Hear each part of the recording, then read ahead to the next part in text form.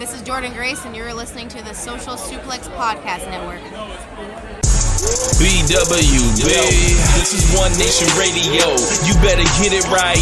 Rich Latta, James Boyd came to give them life. The Blackest Wrestling Podcast has come to kick all ass and drop it 6 feet if they kicking trash. Word, let me welcome y'all to something different. And if you dig it, man, you should let some friends listen. We be getting it in, this on the regular, dude. Ravish and flow, but this shit rude. See, James don't rap, so I had to break it down. The whole network, man, we coming for the crown. Raps in the columns, I keep them both covered. Making the beats too, so the listeners can bump it.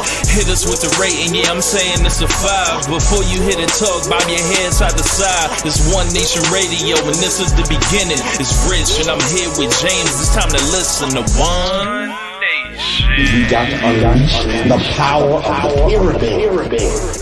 This is Mike Sempervive from WrestlingObserver.com. Check me out on Wrestling Observer Live every day. And also check out your boys, Rich and James, on One Nation Radio. This is Kenny Omega. We're listening to One Nation Radio. Check it out, guys. These guys know what's up. Big Kenny Omega fans. That's all it counts to me. Goodbye and good night.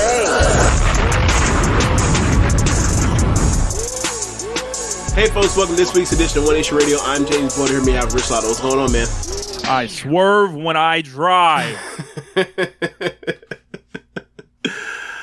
Man, you remember on Late Registration at the end on Last Call when Kanye was talking about like when he was still trying to shop, like trying to get signed and get a deal with all these different places, and like Rockefeller didn't really believe in outside of production, and Dame started hearing some of the records or whatever else, and he actually kind of reconsidered, and he was like, you're just not even really whack. He's like, I guess they thought like it just, they could put it out, and if it doesn't work, they'll just throw Cam on every track or whatever. Say the album. Man, this a lot of this pay-per-view felt like it was placed upon Hangman Adam Page and Shane Swerve Strickland to save the album. They went out there and had a legacy game to save the promotion. Why does promotion need to be saved every other week now, Rich? Bro, I don't know, but so where do you want to start when we get to that review? Overall, like we got a couple things to talk about. We got Full Gear, of course, Wrestling Observer Newsletter Hall of Fame stuff, including some shit that I feel like is an embarrassment and an affront to the institution. Actually, two things really, and. We got stuff in Stardom as well, but AEW Full Gear, as James mentioned, up and down show. There's just some stuff on the show where it was just like, yeah, man, it was just mid, and then there was stuff on there where it was like regarding everything that had to do with MJF, the World Championship, Adam Cole, and whoever is booking this program and angle, with deciding either they had to make it more likely for people to believe in Jay White to actually win. I don't know what they were going for, right? But I guess we'll start there. We had some pre-show matches. Claudio Castagnoli over Buddy Matthews, Eddie Kingston over Jay Lethal. Just kind of normal contest.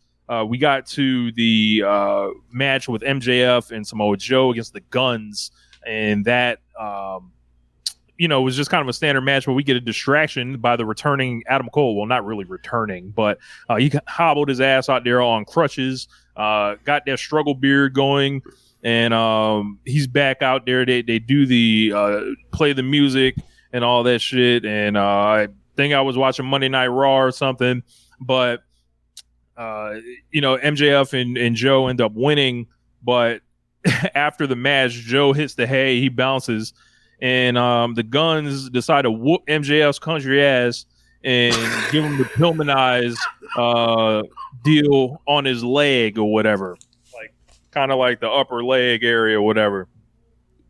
And then he's fucking rolled out like Ludacris to the back, put in the ambulance, and he's doing all this overacting. There's like tons of people there. It's just the fakest looking thing you've ever seen. Just the most hokey, contrived thing.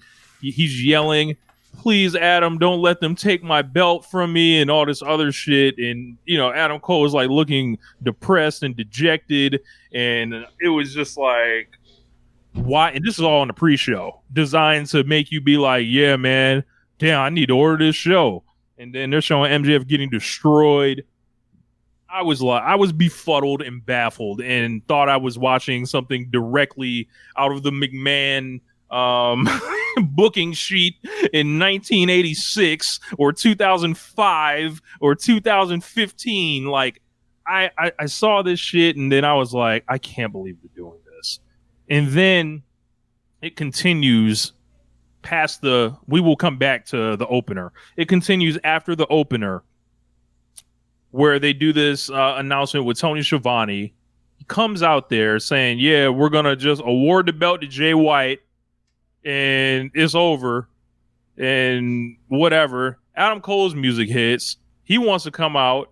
He says that he's replacing MJF to defend a belt that he doesn't own, that Jay White has in his possession. This is all fucked up. I saw this and I was like, this is awful. Why are we doing this? They spent a ton of time doing this. They killed the vibe of the next match. It was like, and then like they essentially went through the whole pay-per-view acting like Jay White and Adam Cole is the new main event, while you knew MJF was bringing his country ass back out there. And it was like, hey, man, why was all of this necessary? What is this shit doing on this fucking pay-per-view? Where are the matches? Bring these niggas out, hit their music, play the video package, get their ass in the ring. What are we watching this bullshit for? We haven't done enough.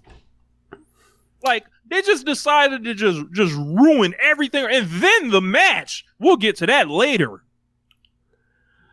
Okay, so obviously me and you have watched pro wrestling before, and I've watched it for a number of years, so we know that once they do the whole angle, he's coming back and he's going to have the match. But let's say there are, because apparently listening to Dave Meltzer, there were people that were upset at this for two reasons. The camp that me and you are in is that they know that it's all just baiting, or it's all just fucking with you to give you the match with some type of, you know, bigger stakes that like, or they give you a big belief that, oh my God, Jay White can win because of how injured he is and all this kind of stuff. But they're going to sing you through the part where like Adam Cole, who's even more injured or just as injured as MJF, is going to everywhere. Sorry? Logic gaps everywhere. Yeah, I'm getting to that. Is going to defend his friend's title, which is like, okay, so so why can't he defend the tag titles just fucking that he's won half of the championships on just like in the pre-show? Now keep in mind, like, I'm hearing about all this. Like, I didn't watch pre-show at all because I'm watching Florida State season go down the flame because Jordan Travis's ankle literally snaps and the left ankle turns the wrong way, right? So I'm not watching any of this. I'm just like literally like at 7:30, like his leg got 7:20, his leg snapped, and then I'm just like, fuck. I look at it as Gordon Hayward injury. I immediately know what happened. It's over. I'm like, fuck. I throw something. I grab my keys. I go on like 30-minute drive and come back for the pay-per-view. Like, I was how fucking furious I was. So, like, God damn it. These fucking guys. Anyway, I'm going on a rant to talk the wrong thing. But things, back on the topic we were talking about. So, I tune in 8:05 and I hear about this. I'm like, wait, what happened? So he's coming back. Wait, so he's not only do we know he's coming back, and let's say even if we were supposed to believe that like Adam Cole would be able to defend this title, it makes no sense because he's currently one of the tag team champions, and he didn't defend him just now when he could have. So why would he be cleared to be able to do it right now? It makes no sense. And also, why in the fuck would Adam Cole be able to defend a title that he does not have? He can't defend the title that he has. Then it's like, okay, so yeah, and we've had interim titles in this company. So yeah, like, based on their own historical precedent, Jay White would be an interim champion for an hour or whatever. Cool, I don't care, but like, that's your own kayfabe historical precedent. Like, if MJF was real, right? If MJF wants to come back, later in the show and have the match, you can have interim champion versus champion, and you basically do what you did with Jon Moxley and CM Punk in like an hour instead of over a week. Like we're just gonna microwave the shit that got people mad to begin with. You're gonna microwave even further. So, but people are in two camps that are displeased by all of it. People that actually fell for it and thought they got swerved and false advertised, and the people that know he's coming back, but it's all fucking stupid. So I'm like, wow, I missed 5 minutes in all this shit, or I missed the pre-show, but I missed the first 5 minutes of the pay-per-view, and like all this shit got dropped to me, and I'm like, bro, I am not in the mood for this. I'm just not, and I'm not in the frame of mind. I'm not in the mood for none of this. My patience is really fucking thin right now with this bullshit. So we can go from there and go through the rest of the show, and we can get to some of the other nonsense throughout that happened. But you mentioned that the show, you thought the show was up and down. I didn't think the show was up and down, aside from the main event and the best match on the show, which was the Swerve match and Hangman match. But like for the most part, all these matches were just good. They're all just good. Yeah. I mean, I would say the tag match with the ladder tag match, I'll give that 4 stars. But like outside of that, everything else is like 3.5 to 3. Right. Except for maybe the Sheeta match, if you like just hate the interference or whatever else. But yeah, I just thought it was just a standard average match, and if not for one of the best matches in the company this year, we're talking about like just a whole hum waste of $50 for people that bought this pay-per-view. For what a standard AEW pay-per-view has been for the past 4 years. Yeah, so we opened up with a 6-man tag match. Adam Copeland, Darby Allin, and Sting.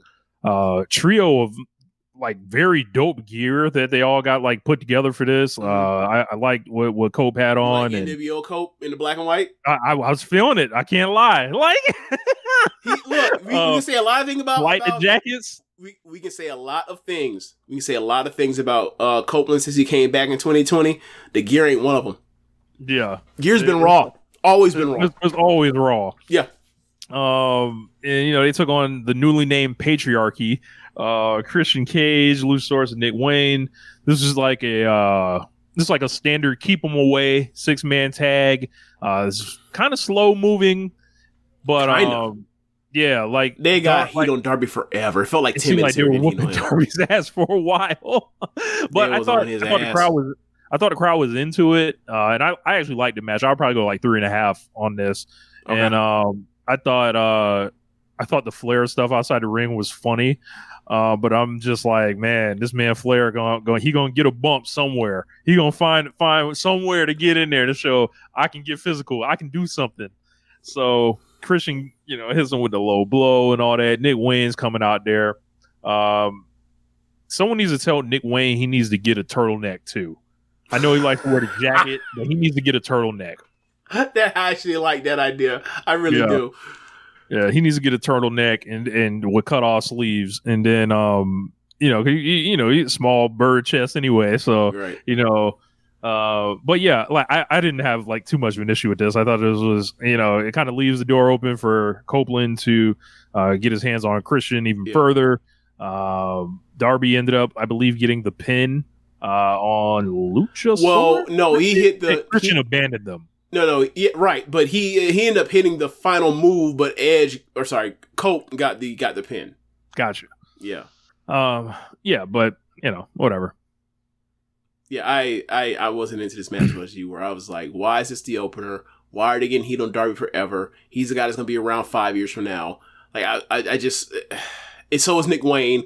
And obviously they're building towards a Cope and Edge match eventually, but it's like, all right, I see what you're doing. It is not something I actually want to see on pay-per-view.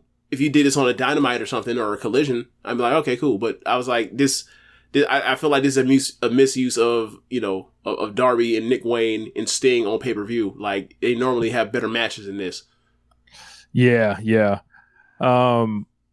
So like then we got the aforementioned angle with Jay White and Adam Cole, and then they're like running with this, and it's like going out, and the whole time you're just watching this show with like this angle in the back of your mind, and it's like, why are y'all doing this? Like none of this needed to happen.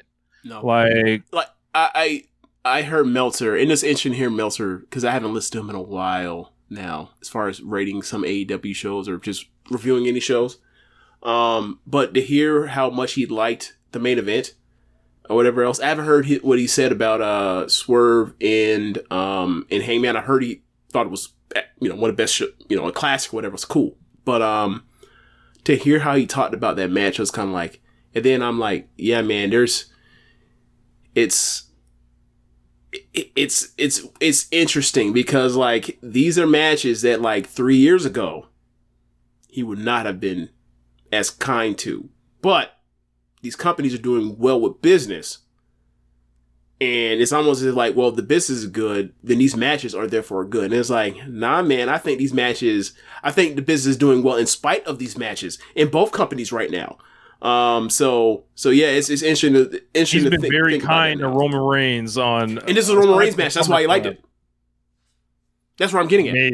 Amazing. Like, you can't tell me 2016 Roman Reigns wasn't better in the ring than the shit we had to sit through Roman Reigns, last year and a half, 2 years, whatever. You can't tell me. You cannot. No, absolutely not. Fuck out. So up next, we have the AEW International title match. Orange Cassidy defeats Jon Moxley, but man, this match, I feel like the whole building was kind of distracted by and paralyzed kind of from what they just saw having to do with Tony Schiavone and Jay White earlier or just before this match. And these two had to get right to it. They only had 12 minutes. This didn't have half the heat or excitement that their last match had. And I don't know, maybe it was a situation with the belt, people were kind of feeling funny about, man, it's been hot potato kind of. He beat him, but he's still got the belt, so he's he doesn't really get a graduation. So it's everyone's kind of just like, oh, all right. So yeah. So once they announced the match, to me, it felt like the appropriate thing was for Orange Cassidy to win. And then I think about it, it's like, okay, so probably the plan was for them to have, the match happen, the title change, one of the best matches in AEW history, and then Orange was supposed to get it back and just continue. But the concussion happened, dropped off Phoenix, and then Cassidy got it back from, got it from Phoenix, and then it was like, all right, well, this is where we're headed anyway.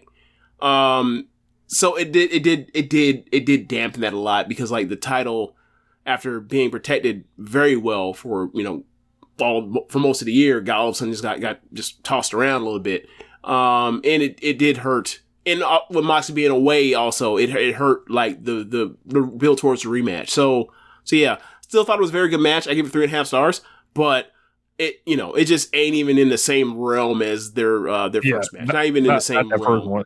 It was like they tried to kind of just micro condense the closing sequence of the last match into a 12-minute match here. I'm saying it wasn't bad or anything. I thought they had some shit going at the end, but it was so short, and combined with that weird feeling, it wasn't on the same level. Yeah. Tony Storm and Hikaru Shida. We're here now. So the bail that I shot Timeless Tony, it's not near the title, anything like that. I knew it was a ticking time bomb. The belt was always headed this way with Tony Storm now, and now we're gonna get all the Timeless Tony gimmick and everything else.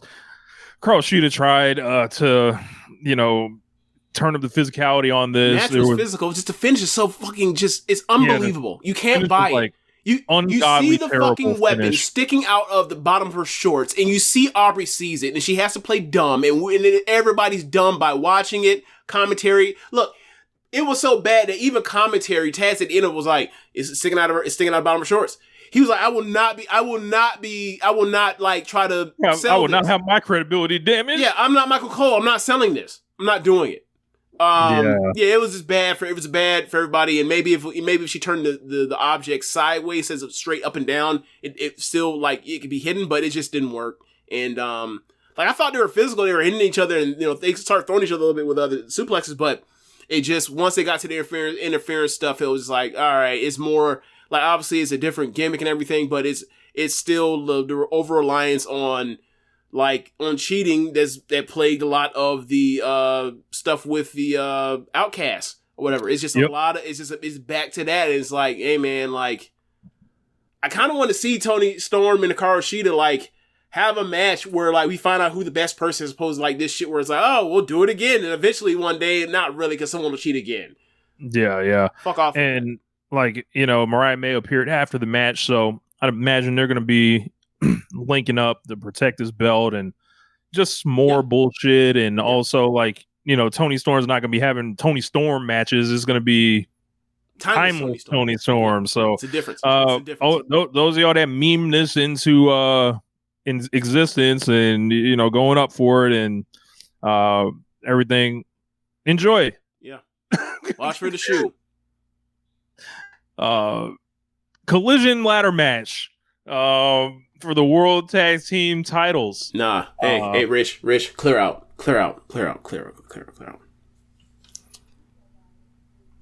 We have said a lot of things about the mighty FTR, about following the rules. Hey man, bravo, hats off to y'all. This is something that is kind of out of y'all comfort zone, like y'all, for what y'all like to claim, for what y'all want to do with your pro wrestling. And I thought they went out there and they wrestled their ass off. They bumped their asses off. Cash is on one, right? Cash really want to do it. Dash be trying to hold him in check. He be wanting to thread the line. He be doing illegal stuff. So he wants to cross the line. He wants to be a wild man, right? He wants to drive on the highway with. Never mind. So anyway, yeah, man, this match was super fun, and congrats to Big Bill, 4-star Big Bill. Was you expecting that? I wasn't. Look, man, I've always kind of had a affinity for Big Bill. I know. Yes, you call it Psycho Sid energy, and I'm just like, yes, like the jeans, the blue suede Timbs he came into this thing with. That man is a New Yorker. I want to know who gave him the permission to be named Big Bill in LA with blue boots on. What is that? That he set tripping somewhere. I don't know which neighborhood, but he set tripping somewhere. Oh, it's pretty funny, man. And it was like, I thought, as far as Bill, like, I just like the guy. Bill and Brody, they had a moment. They did. They had a moment. They did, and the crowd like, ooh, they started doing that rumbling. Like, oh my god, they're both large human beings. Wrestling is so simple. How do you people continuously decide to fuck this up and want to add a little bit too much to it to fuck up the recipe? It's simple. Just follow what was in the manual. Just if you want to add a little thing, don't make it convoluted. Make it simpler, if anything. Hey, my man Drew Lissico said I will not be forgotten about. That man was like, hey, Brody King, how about you gonzo bomb me through this ladder out here? Yes. Ladder didn't want to break either. Look, then I'm going to show up to my AAA title match the next day. Like, Ricky Crazy, Starks, man. God bless him, didn't do shit. Pulled the old Alexa Bliss in this match. I'm away. I was trying to leave that shit alone, man. Look, yes, it is true that in a 4-person tag team ladder match, 2 of the 3 worst performers in said ladder match retained the fucking belts. That is absolutely true. I wasn't going to mention it, but since you want to go ahead and go to it, I'm going to have to mention it. Now, did I not mention this last night or the other night on air or off air? I was like, yeah, they didn't do anything to say they deserve it. Like, they were like the least impressive team, but whatever. The rest of the team said we gonna help get them to where they need to go. Yeah, this wasn't some like some high flying stunt show. There was stunts, like they was Roosh, doing man. shit, like niggas was getting slammed through ladders, getting hit with ladders, getting ladders kicked into them. Malachi bumped so many times on a ladder. It was crazy. It's like, what, bro? You ain't in NXT no more. You ain't got to do this if you don't want to, baby. It's like, nah. Nah, I'm here. I'm a team player. Okay. All right. Appreciate it. Brewhaven saying people love Rouge. And yeah, man. Like, bro, like, I remember the day he resigned. Yeah. Like, I was like, yo, they got to push this guy. I wouldn't mind seeing Rouge, go after Orange Cassidy for the international belt or Konosuke Takeshita, different stuff like that. Or see Rouge in the C2. So Rouge versus Orange Cassidy. Orange Cassidy be best just laying down. It ain't gonna go well. It ain't gonna go well for the comedy man. Well, Orange Cassidy put them shades on him. I don't know, man. I don't know, player. But yeah, I like the match. You know, a little convoluted how it all came together and all that. But I probably with you. That's true. I go 4 stars on this too, maybe 4.25 actually. But this match was fun as hell. Yeah. So and this match turned things around because all the film before this, it was like shit's fucked up, and yeah, it's like you know these guys came out there and worked real hard. So shout out to all these guys. Then we got the TBS title 3-way match: Julia Hart, Chris Statlander, and Sky Blue. And man, one day they'll all be free, James. One day they will all be free from the appeal of goth women. So there was 2 in this match, right? Yeah, pretty much. I thought this was a Chris Statlander carry job. Oh, was it? Look, man, look, good thing she has nice broad shoulders because she could hold each of them on one side. It was literally carry them to respectability. All she did was look. Is after watching this match, like we gotta ask, is Chris Statlander the best female base in pro wrestling? I never really thought about it, but after watching this match, it was like, bro, you would probably have to throw Rhea Ripley in there. Yes, that's true. She is absolutely, like, literally throughout this whole entire match, like saving these women from the gravity they have thrown themselves towards, over and over and over. They just falling, and she's just catching them, making sure they don't die. I was like, and this is impressive. So her and Rhea will be way up there. Those will be the first 2 I start with on this list. So yeah, man. Shout out to her. You know, it wasn't exactly the best opponents for her to go out here and hand it off in style to, but I thought she, you know, she did the best she could, and I thought this match actually turned out pretty well for all the stuff they tried. It's just that, like, you know, so much of it was relying on making sure Stat had to catch all of them all the time at all times, and I thought she did a great job, and that's what stood out to me. This was like a woman's Cesaro job, honestly. Where I'm just like, yikes. Like, yeah, shout out to her. The other 2, I mean, they did what they were supposed to do. Yeah, they fucked it up. They didn't get nobody injured, including themselves. Good for them. Could have been anybody in there. So I thought so. I was interested, like, you know, since we just talked about Big Bill with you know, set tripping with the blue on, while you know, having his name being Big Bill, 2 B's and wearing some Crip blue. Like, we got Julia in the black and the red. We had Sky Blue, of course, in the black and blue. And then, like, you got Stat in the middle, so I'm gonna wear black and purple. I don't know what the kind of symbolism of that was. Somebody will tell me eventually. Like, somebody from the lore factory will tell me what all that was supposed to mean. Like, apparently I saw that Chris Statler is continuing her thing of, like, doing Ben Stiller characters. Yes, she was Ben Stiller from Dodgeball. But I just like to think, like, all 3 of them decided to get together and do some type of thing. I don't know, but with the colors. But yeah, this match turned out better than I thought it was going to be. And I thought it was better than Sheeta and Toni Storm, which, like, if you had told me beforehand that was going to happen, I would never. Niggas could have fleeced me for some yen. Yeah, absolutely. Yeah, Julia Hart steals the pin at the end. I didn't like that Chris Statlander doesn't get pinned here to lose her belt, but because I don't really think, you know, beating Sky Blue, who everyone beats, necessarily solidifies you or anything. Crowd pop for the finish. And she stole the pin after Stat hit her move. I mean, look, it could set up a rematch and then Stat gets beaten then, which, you know, that's perfectly fine. Actually, that's probably what I expect to happen. Is Stat wants a rematch and, you know, she didn't get beat in it. Stat will put her over. She'll probably get misted. Yeah, that's probably what happens. She probably gets misted. So Julia Hart's the champion now. I think she's 30. Why does this belt exist? You know, gotta have another. You know, got to have a mid-card belt for the ladies. One for Saturday, maybe. That's kind of how this broke down. Yeah. So you're right. But yeah, man, let's get to the real. Swerve Strickland versus Hangman Adam Page. This match.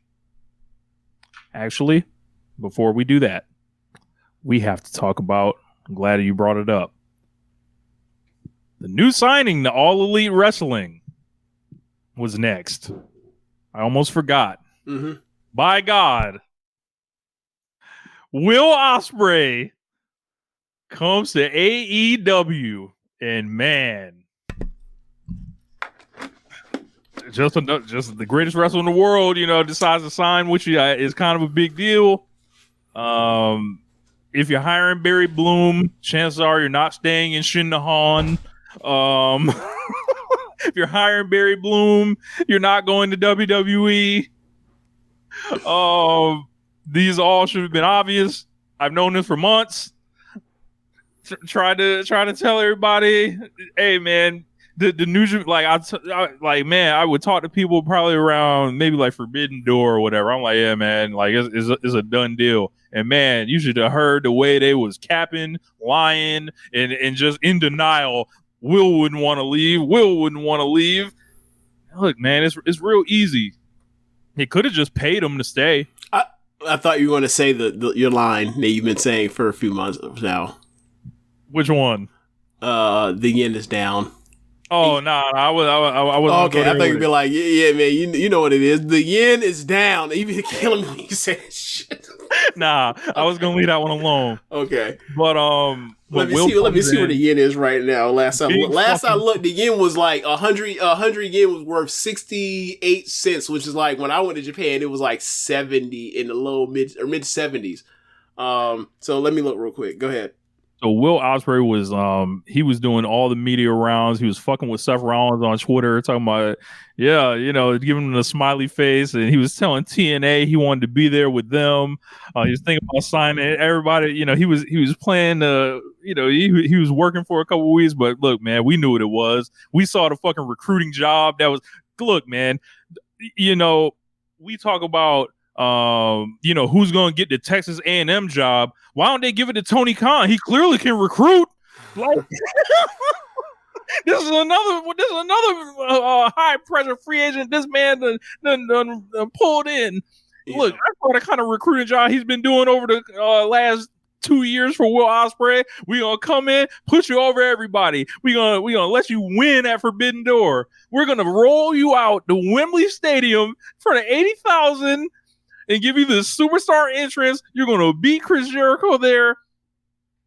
Man, I just thought it was, I'm glad to see Will Ospreay coming to AEW because, I'm happy I don't have to celebrate his retirement. Had he jumped to WWE at 30 years old, and, if you're the New Japan fans, seriously now, like, a lot of people are upset. They're like, yo, like, what's the point of this? Like, this partnership, they're poaching all the guys. And, I can't argue. They're definitely poaching all the guys. Like, all these people, like, like Shinsuke Nakamura, like Hiroshi Tanahashi, like, Kazuchika Okada, he's poaching all these guys. Like they're poaching like Tetsuya Naito, Shingo Takagi, like Hiromu Takahashi, all the big stars. They're taking the gaijins that they don't want to push to the top because they're not native. They're not native Japanese English or native Japanese speakers. Like except for Kenny Omega. Like I get what you're saying. Like these are featured acts, absolutely, but these are not the top guys. Like they're not taking Naito. And maybe you say, well, if Naito and Okada are the two top guys and Tanahashi's still, way up there, then you're taking like their number 3 or 4. You're taking like their low end main eventers or whatever else, and that's uncool or whatever else. I don't disagree with you. However, unless something was going to change as far as like, location and dollars and like the language barrier, I don't know, and racism, I don't know what to tell you. Look, or they could have just decided to push Will Ospreay like he was the best wrestler in the world the last 4 years. They could have decided that, but they don't do that there. So, like, as evidence, if Kenny Omega, when he left, for the reasons he left, aside from, possibly, his body breaking down, stuff like that, if you weren't going to give him the chance to be the number one guy, he speaks the language and everything, then everyone after that, essentially, this is their fate at the end of the day. This is the history of this promotion. AJ Styles took his ass to WWE. Yep. Vader went over there and left. Yep. Kenny gone. Like, this is what happens. The Bucks gone. Like come on, man. Like, I don't feel bad for the folks that are, you know, crying about this and all this, because I'm like, New Japan has two options. They can push them or pay them, right? And it didn't sound like they were going to do either. So, and we've heard. What are we talking about? And think about, since pandemic, like how many like stories you heard about, like the way the foreigners like Jay White, Jay White, Aussie Open, like hell. Look at Connors. Look at Connors G1 G1 promo when he was doing the introduction thing at the introductory press conference. He was like, I've been put through a bit of like an emotional hell just to get here. Like I've been a young boy, doing all the shit for all this time, and like they can't even get me a t-shirt from my parents after show them that it's all worth it. Fuck you. I don't think that was a work. Yeah. So yeah, there's a lot of there's a lot of it's not just your precious New Japan Pro Wrestling like that. Just like is this thing that you own. You don't own the promotion, like and there's podcasts out there that's really salty. They're really salty, and they don't consider half of these things or whatever. Like, these dudes don't owe them that shit. Look, I'm glad you brought that up. I forgot about that show with Clark Connors. Like, Aussie Open had been trying to get contracts for a year or whatever. And then all of a sudden I gotta see Tony Khan is the one that's paying for their surgeries, and they're not even signed to him or whatever. And then I gotta see people cry about them actually jumping. I'm like, well, what would you do? Right. And like, that's the thing when it comes to like the business thing, like when these wrestlers leave to different places, like, yeah, would I rather them stay in certain places, whatever else? Would I rather Kyrie go back to WWE or stay in Stardom? Absolutely. I'd rather have her be in Stardom even doing what she was doing, right? Even though a lot of people were complaining about it. Like, she was going to have more quality matches, be showcased at a different level than being in WWE. However, her decision was her decision.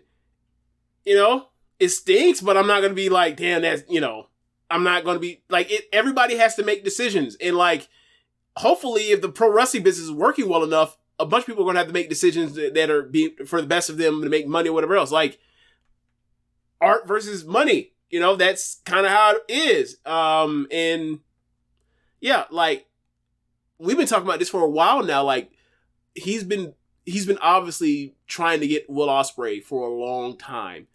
It was obvious. Like, you just compare the guy that was in the fucking main event of this pay-per-view, how they treated him since the first Forbidden Door compared to how they were treating Will Ospreay in the first Forbidden Door.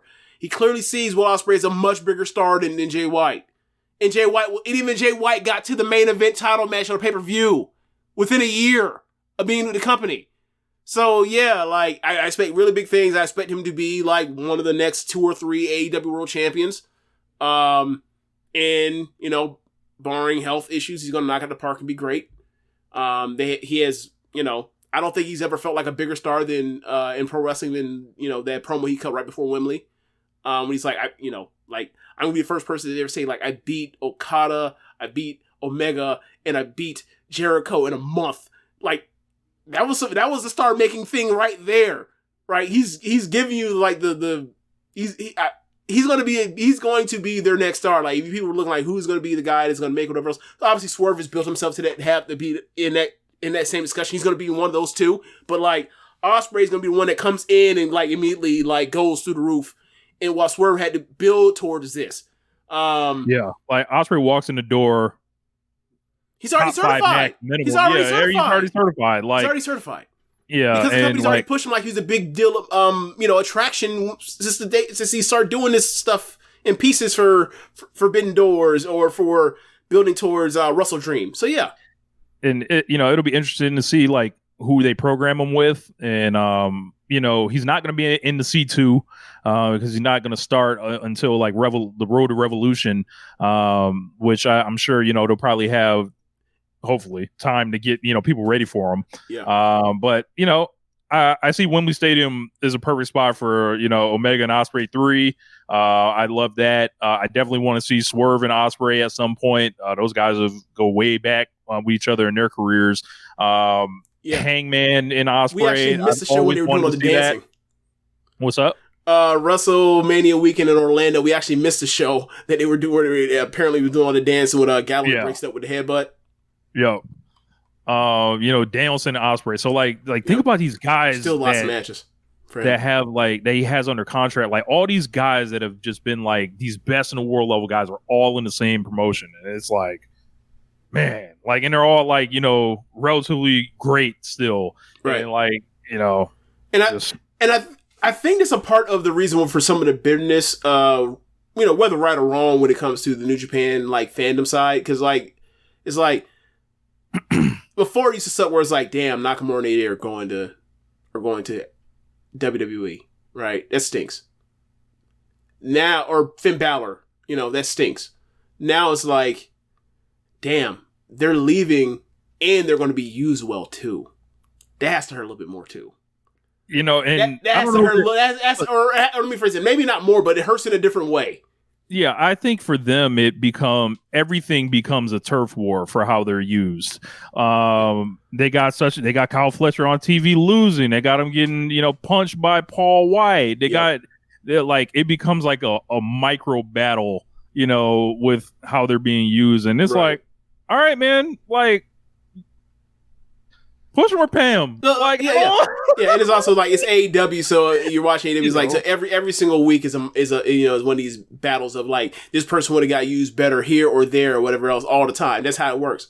It's just a part of the daily rhetoric of people not wanting this thing to exist, which is so strange. It's like, I mean, it's another place that gives us really good wrestling because these are smart people. Like the pure people that are talking about these are not.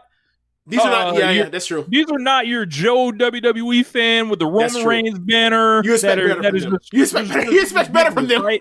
It's not that we expect better. I expect different from them. It's like, no, I know you actually know what's going on, but you're so consumed by the thought of this thing breaking off from New Japan or whatever, and this shit taking off, right or wrong, it took off in pretty quick fashion, like usurped New Japan as far as the worldwide number 2.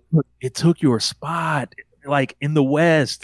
You were supposed to break into the. I know how you feel. You were supposed to break in. You were supposed to have all these, these extra shows and Madison Square Garden. It was supposed to be the beginning, not the end. Yeah, I didn't think about it that way, but look. To be fair, they had an awesome show, but they let Ring of Honor fuck it all up. Look, and look, nobody can help the pandemic, right? Yeah. But man, I know who was rolling coming out of that. Yeah. It was not New Japan. Yeah. So and New Japan has, they've done a great job, they've rebuilding well. their domestic people. I'm very excited about their next generation of guys. Yeah. But who else they got right now that they can replace with Ospreay? They got the pride of Shinahan Pro Wrestling, David Finlay, ready to fight for him on January 4th. I hope they can find in their hearts to root for him to beat the big bad wrestlers from AEW. Now, do you remember when they had a match between Seth Rollins and Finn Balor on Raw, right before WrestleMania 34, that was leading to the 3-way with those two in Miz for the IC title? And I was like, all right, they had a great match. Now, if they don't have a match as good, we need to be like, why the fuck is this person in this ring? Now, was that the Chicago pay-per-view where they had Ospreay versus Moxley? That was fucking awesome a couple years or last year. Now, if we throw David Finlay in here and it ain't as good, why the fuck is he here? Don't worry, they got Sonata. We gotta have somebody here to hold his belt because neither one of them belong to us anymore. That's all this is. And maybe, they got Sonata. Them pinning Will Ospreay will then make David Finlay after a year, whatever the fuck in this company, a star. Nah, never happened, bro. They got Evil. Who else they got? They got Tama Tonga. Y'all still got people left. Don't worry, I don't think Tony Khan's taking Tama Tonga. Rich. In New Japan, who would you rather push? You listen to that crowd reaction Tama Tonga's down the last couple years since he turned babyface. Would you rather push David Finlay or would you rather push Tama Tonga? Even if you do include the age difference. I would rather push Tama Tonga. Exactly. Exactly. Look, y'all better break the glass and push ELP. You know, Yeah. break the glass before it's too late. Look, they might take him too. God damn it. They might take him too. Y'all keep fucking around. Look, man, that back rate would get over as fuck over here. Look, Absolutely. With that convoluted, contrived back rate, elaborate back rate, that will get over here. Absolutely. Yo, Zack Sabre Jr., do we have to start looking out for him? No, Sabre might have like 500 matches in Noah. He's never coming to America full time. That man's in it to win it in Japan. That man's a lifer. You know, as far as the young guys, they got Gabe Kidd. They got people that can step up for the future, and they just have to rebuild. Like, and this is their role, like in the ecosystem right now. And if they want to change it, they better open up the checkbook or change their mentality on how they want to push outsiders. I think, and until they change either of those, these situations will happen. And I feel no pity as far as like how you feel about AEW doing this or whatever, because game's a game. And you can still get some access to them, you know, like you still get a Danielson sent over for the Dome. You got Kenny sent over for the Dome last year to prop up your stuff. You're still getting Forbidden Door. Like, you got teams going over to World Tag League. Yep. You get to send guys over randomly for Dynamites and stuff like that. Like, aside from that, and, you know, your New Japan Strong stuff, like, you get access to Eddie Kingston and stuff like that. Like, I'm just not, you know. And the wrestlers want to work crying. with them. And the wrestlers want to work with AEW. That's the crying and belly aching about, man, what did New Japan get from this? I'm like, hey, man, y'all can keep asking that question till your face turns blue. It'll be the same thing that Kaito Kiyomiya got when he got fucking destroyed by Kazuchika Okada and booked like a fucking chump in the G1 and is running around with a young lion. Kiss my ass. But Rich, that doesn't count because, like, that's not the promotion that we are, like, advocating for. So that doesn't count. Look, man, game's a game, and y'all know it. Like, I don't remember anyone complaining about Wrestle Kingdom 16 in Yokohama in those results when all their top stars got beaten from Noah. You know, when they're bringing in the Impact guy. Shingo beats Nakajima. Naito beats Kano. Like, I don't remember anybody complaining about that at all. You know, Josh Alexander had to do a job a couple weeks ago while he was the Impact champion. No one was run up with the pitchforks, you know. So, you know, very excited for Will Ospreay. Excited to see him come on television, and, you know, I'm ready for him to get his haters too. You know, what do you think I know Ospreay's had some controversy and all that, like, but what do you think, how fast will it take for Will to get his controversy? You see what Mariah May got, you know, we had people clipping the shit up. Like, what's going to be, it's already happened. It happened, 2016. It happened like 7 years ago. No, I'm saying like the AEW is going the new one. Oh, I mean, it'll be people clipping up parts of like Shingo matches where they're like doing evasive maneuvers and being like, "This is fake wrestling. This isn't real wrestling because it's all just people dodging moves. It looks like a gymnastic routine." It's like, man, this match is better than anything that's ever happened in the promotion your dates on your it's in your avatar. There's logos in your avatar. Get the fuck out of here. So look, man, it's gonna be in bad faith. It's gonna be what it is. And like, look, to be fair, like. There are, you know, much like the Young Bucks thing, like there is a thing for taste or whatever else. But if you're a person that thinks that Will Ospreay is some one-trick pony, you haven't watched enough, and I suggest you sit out this one because there are plenty of matches with Will Ospreay you can play where, like, with someone like Zack Sabre, someone like Kenny Omega, where, like, the matches are just phenomenal. And I'm sorry, or Okada, and I'm sorry, like, you don't like his style. Like, I show this to anybody else that watches wrestling or is away from wrestling that hasn't watched it in current day, they'd be fucking blown out their mind. You remember the first time we showed Marcus and Alex at your bachelor party? We showed them clips of the Ospreay and Hiromu yes, Wrestle Kingdom. That's the first time they saw Canadian Destroy, they lost their fucking minds. When they saw him do the double, the double, the in and out. Yeah, the double flip deal over the top rope, they were like, who is this fucking guy? I was like, yeah, that's Ospreay. Like, WWE, trainer at my gym, Zach, that WWE fan, he didn't know who Will Ospreay was. He knew who Kenny Omega was. I told him who Will Ospreay was. I was like, yeah, man, he's been the best pro wrestler in ring since 2019. Like 2 weeks later, he goes, yeah, you know that guy you told me about, Will Ospreay? He's phenomenal. He's phenomenal. I don't know what he watched. He just like Google the name, right? Like, so people get lost in what this is, and like some of it is the amazing athleticism. Like, I know y'all get stuck on white guys are supposed to do lucha, but sorry, lucha's fucking fun. It is. Yeah. All right, man. Let's get to it. Fresh cut here, so I can cut it up for the clip because this is going up. So, Texas Death, Swerve Strickland defeats Hangman Adam Page in an all-time classic.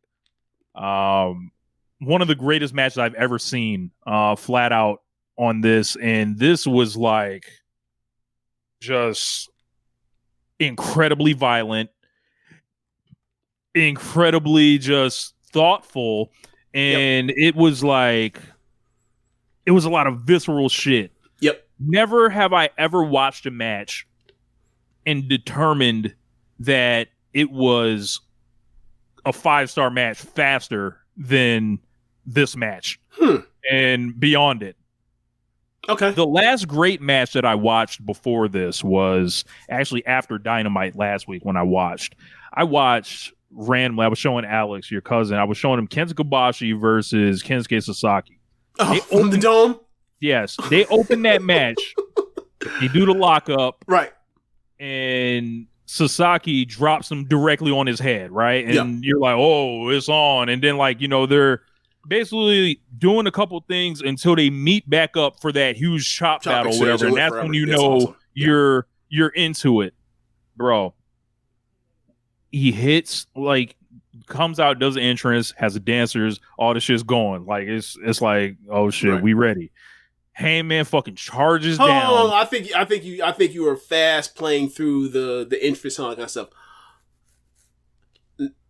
The thing that I love so much about Nana is that, like, Nana is doing the best he can with, like, very little talking, everything. All of it is just, like, in small doses, so it's not, like, it doesn't make you feel annoyed by his presence when he does it. He comes in, he does his dance in the background to the side of Swerve. Swerve's walking down because he's the guy. Then he falls back or whatever else. And then in the middle of the match, he might do it or whatever else. But the way he saves it at the perfect time is like, it's like when they used to do the Heyman face, they used to cut to Heyman's ringside faces during Lesnar matches. And it was awesome. They don't do it as much anymore. It's like they were maximizing what the guy does to help pop the crowd in between things of the matches. So Nana has came down. He has a shirt and everything. It's become semi-wrestling viral, if you will, with the dance. So he comes out to LA. He has fucking 4 dancers, like the goddamn fly girls from In Living Color. And they out here, top rope, catch him. Bro, I was dying. Yes. It was, look, I don't know if Nana will ever have a bigger moment in pro wrestling, but this was his moment. He was the star of Swerve's interest for a classic, and then he continues on. So now we can get to So, bro, this match, like, this made me feel like by the time they got to the spitting blood, it was like, oh, we're out of here, like we've left the planet by that time. The charge with Hangman, no entrance music. Right. No coming out, spinning around, pointing, nothing. Like no posing, nothing. We are running it. And it was like, just watching this, I was like, yo, they're going to beat what they did last time easily. And, like, I'm not sure. Like, I think this is, like, this topped Omega and Ospreay 2 for me. Really? Like, I think this is the best singles match in the history of AEW. This shit, like I watched it twice, and I saw the ratings to it. I saw the physicality. I saw the blood, and it was like wrestle with a sense of just like the proper emotion and tone of wrestling. Nothing felt like it was a fucking joke. Nothing felt like it was like this thing that was trying to be too cute. Like, this was like, I have a problem with this guy. This thing is escalated from like these just kind of levels like where they were shit talking each other. This thing got built up on Wrestling Revolver over the weekend, featuring a promo from Swerve after that was like great. This thing was like wrestling soulmates, damn near. These guys are a match made in heaven as far as opponents. Roughly the same size. Both very athletic. Both of them fucking sickos, willing to die for it. Willing to bleed, willing to like put it all on the line. Excellent chemistry with each other. And it's like, I see like the hell they put themselves through in this match. And it was like the crowd was totally sucked into this. And because they were into it, because it's like the only thing it's the only thing they actually have that's not some goofy shit that's hot right now in the company. It feels like. Bro, I thought this should have been the main event going into it, and I mean, you could absolutely use the lights out excuse. You absolutely could have. Like, I thought they should have did that, and then man, it was like I was shocked when Swerve won. I thought Hangman was gonna win.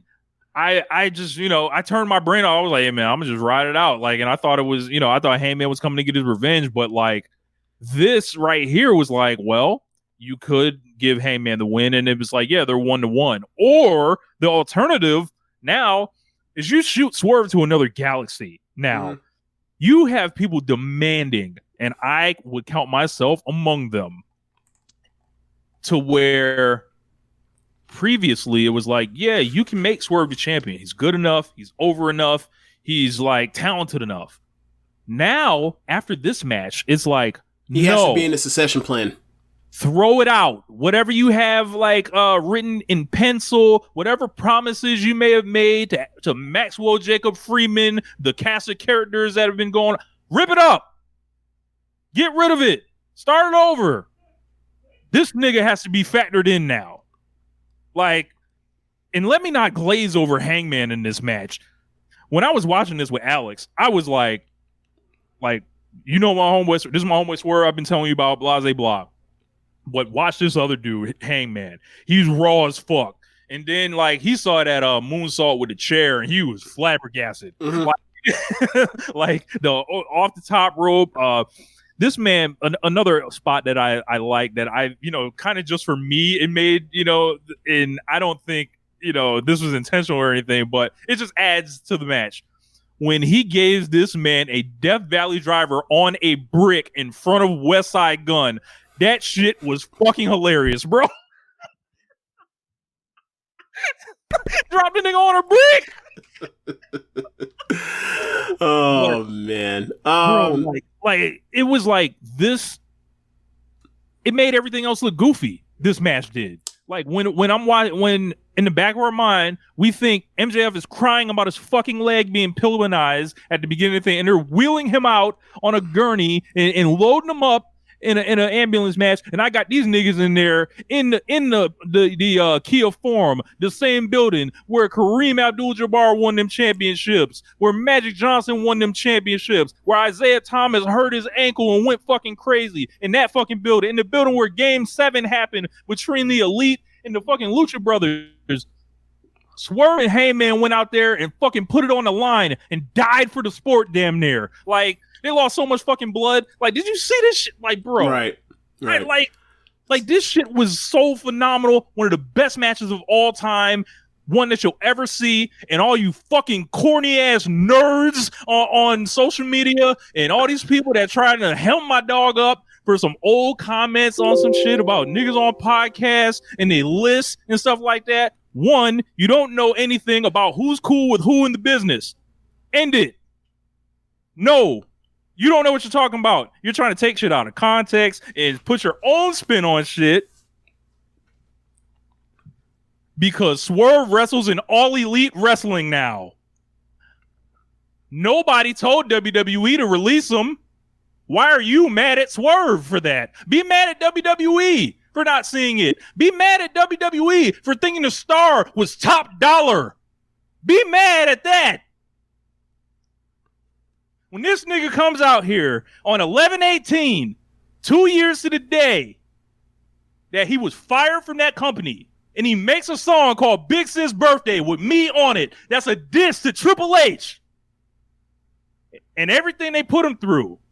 When we made that song, there was no plan to go to AEW. There was no plan to wrestle for New Japan Pro Wrestling. It was like, yo, what is the next thing going to happen in your life? Get it out. I made the beat, sent it to him. Like, what's up? Like, pour your heart on it. Not as like a producer and a rapper, but as his friend. Just sent it to him. Say, hey man, I know you want to say some shit. Go ahead, say it. 2 years to the day of that. This nigga's made forever, all time now. What you gonna do about it besides hate? Deal with it. So, for me, I forgot at what point. Oh, I know what point it was. When the match seemingly looked like it was over after he caught the barbed wired buckshot lariat, and Nana pulls him out and puts his feet on there, and he falls back. And as he falls back, like, Nana gives the inspirational fucking dance, and I fucking died laughing. Now, like, look, man, fuck it. Just like we said earlier in the show, like, Big Cass, Big Bill, 4 stars, 5-star Prince Nana. He took that shit from me to where, like, keep in mind, you know, matches like this, I don't know how to rate these matches. Like, all these matches that are whatever you want to call them, blood porn, death matches, whatever else, I'm not good at being able to how to quantify or qualify the level of greatness for these things. I can just be like, that's great, and I leave it at that and don't want to give it a star rating or whatever else. Right? Whether it's, you know, Anarchy in the Arena, Stadium Stampede, some of these death matches that have happened with Moxley or Omega or Hangman, the blood and gut stuff, War Games, WWE. So I'm bad at being able to judge all that stuff and get an accurate star rating. When I saw that, I was like, this match is still great while being what I called at the time, like this is a nasty match. This is a nasty, nasty match. And once Nana pulled out, I was like, fuck it, 5 stars. I ain't got no, this was a 5-star match for me. So, I thought it was awesome. And then when Hangman grabbed Nana on that fucking apron, with the table down below, and Nana's like, hey man, you ain't gotta do this to me. Come on, do the dance. You gonna get me off the hook, the dance, and he fucking Get him in the fucking dead eye. I howled. This match worked on so many levels that like, I'm looking at other stuff, you know, James, that happened in AEW, and it didn't. This thing just worked. It just worked. It was awesome, man. Talk about the finish, James. Talk about the finish. Okay, so you want me to tell it in conclusion, in all summation of the whole thing, or just Okay? So Swerve started this feud by calling out Hangman Adam Page, by telling this white man to his face that you have been given all your opportunities by your fucking friends, and if I were your position, I'd be the first black AEW World Champion. Then, after beating this white man in a match, fair and square, if you will, he then proceeds to still get fucked with. So he breaks into this white man's house, and then on camera talks to this white man's child, this white man's baby. And then to finish this thing off, Swerve strings a steel link chain around this white man's neck and hangs the hangman. This is one of the most gangster things I've ever seen in black pro wrestling history. 5 stars, classico. You know, I don't know what else there's left to say, but flat out, one of the greatest matches I've ever seen. Whoever's idea it was to say Swerve needs to win again. Swerve needs to, and that needs to be the finish. Whoever came up with that, if the idea was that, you know, if the idea was Hangman's, the idea was Swerve. It wouldn't shock me at least at Hangman's idea, because obviously it plays off of what happened to Moxley Texas Death Match earlier this year. It's like, he hangs the hangman? A black man hangs the hangman? Sign me up, Mr. Liberal Agenda guy. All you talking about this ancient millennial shit? This is it. This is the real shit. The real he needs. This is the symbolism. Oh Oh man! Oh, thank you for your white guilt, Hangman Adam Page. Yo. Was this Hangman Adams Page version of kneeling before black people and begging forgiveness after George Floyd? Because if so, I need more of this and less of that. This was amazing. Bro, this nigga Swerve walked through the Staples like he was Hiroshi Tanahashi in the G1 finals in 2018 and then started stapling himself like a fucking sicko. Like, bro. Now, that was one of the things this is what Malcolm X dreamed of. Oh my! Now, this is one of the things that I was thinking about during the match. As I mentioned, I watched like one of the best players in Florida State history's leg snap, right? And we've, just hours before this thing. So, like, as far as the gruesome scale, like Josh Smith from Keepin It Strong Style thought it was just disgusting, nasty match. For me, I'm like, I just saw someone's leg point the wrong way. I'm not stapling some staples. This is not the same level of gruesome, man. I've seen the real gruesome tonight. This is just some blood. A lot of booty cheeks being clenched up. Dave Scherer. So for me, it dawned on me with the staples. Like the staples, obviously because of the you see the presentation of it, the way the staple gun looks.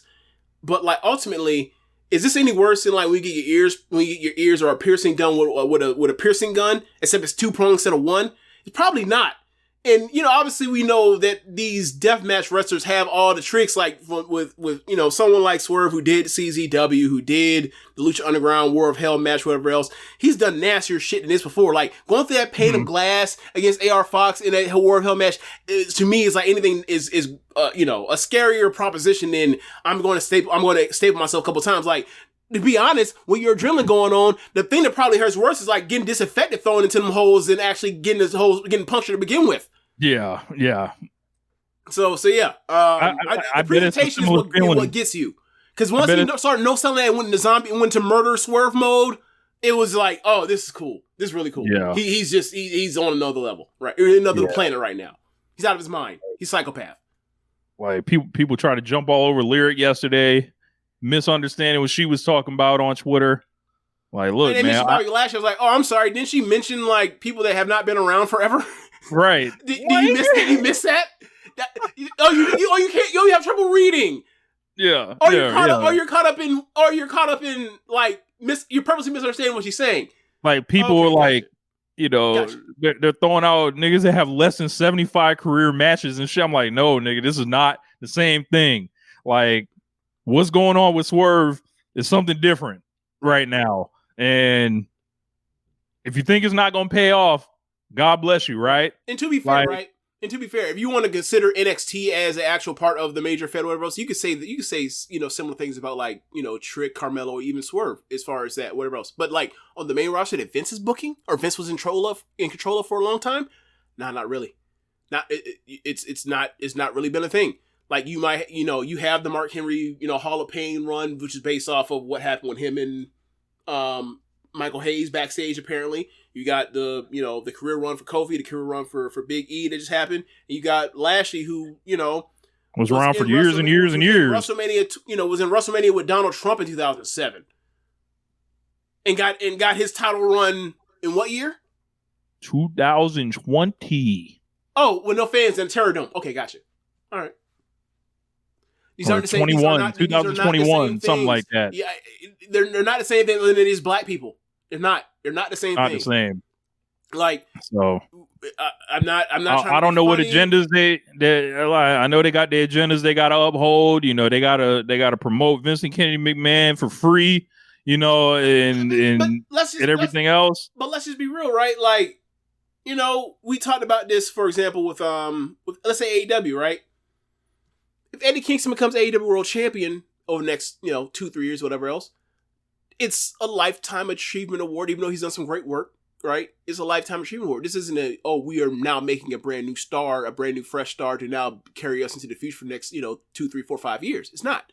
Swerve is at the age, from an age standpoint, where like you look at the window or whatever else, like his window to do this is actually like, and be even right now. Is right now / next 5 years. He actually is the future of this promotion. It just like Hangman is, just like MJF, is if he wants to stick around.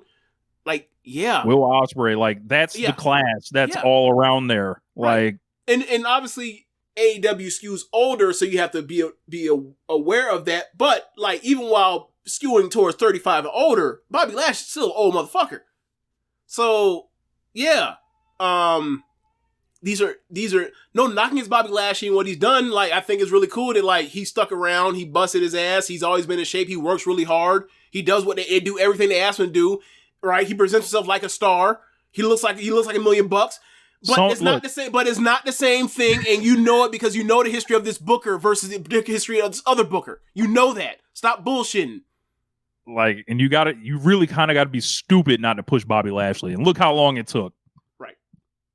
And they got mad at him back then in the late 2000s because he didn't want to work really injured.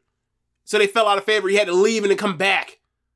And now that he's older, he can do less shit. Now they want to do it. It's like, what kind of backwards ass shit is that?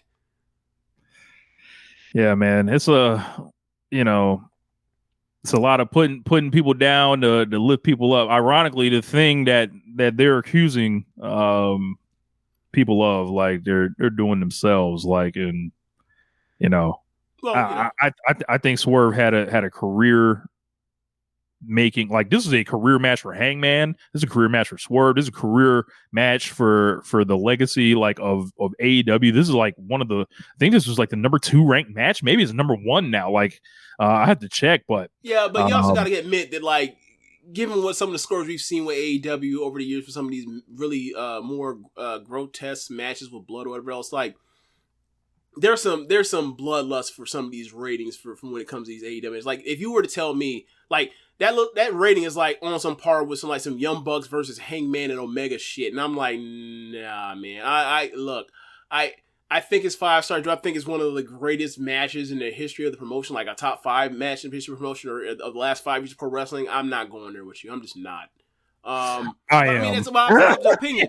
Yeah, it's opinion. But like, I think a lot of people get really tuned up for seeing some blood in these AEW matches. I really do.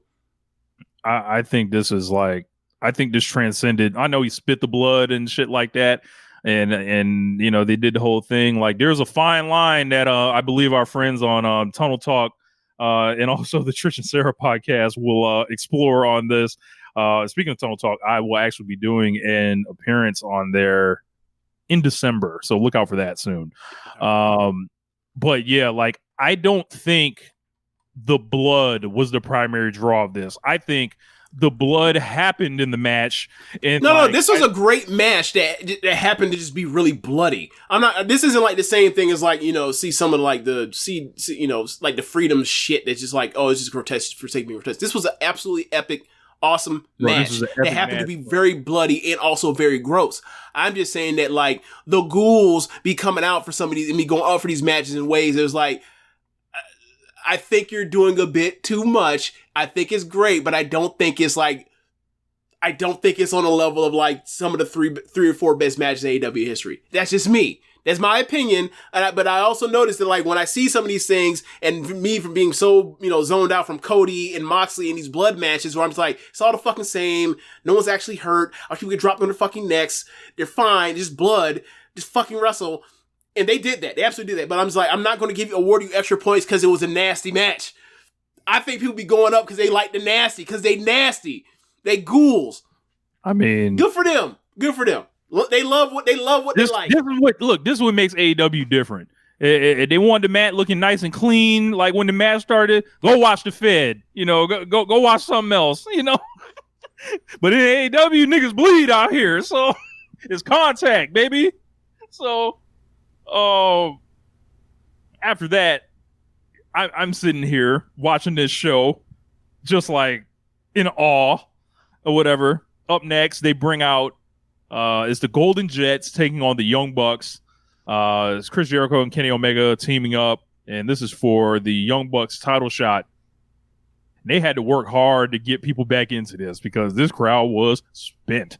These niggas was like, all right, they could have put the women on last or after these people, or like, we just gonna put 4 of the best workers in history behind it and see if they can go behind it. And I think they did a good job, like nowhere close to the level the match previous to it, but I think a lot of like interesting kind of things here. The Young Bucks are really turning here, and they're doing some shit right now that's like some 4D shit. I think that's gonna and they're working people already on the internet with it. Like this whole thing, like the sources say, is all coming from Brandon Cutler. They're taking time off. They're not doing BTE. I gotta say, I'm worked by them not doing BTE. I'm a little upset at that, so I ain't gonna cap. But I thought this was a good match too.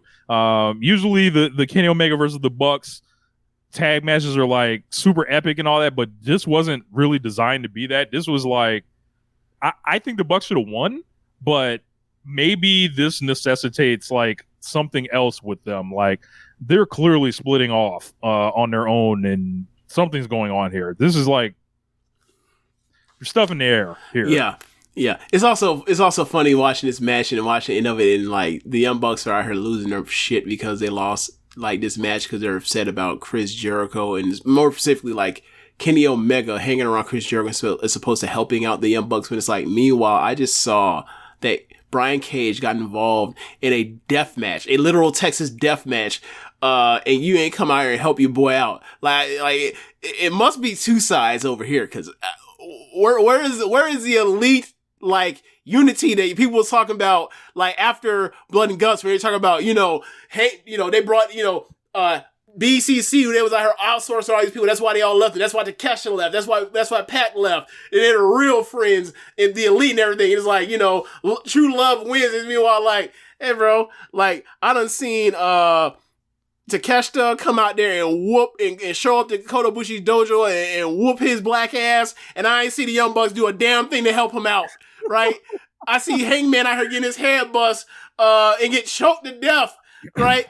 To Texas death. I ain't see the Young Bucks come help him not one time, and there was interference in that match. I ain't trying to hear it. Either be real friends or shut the fuck up.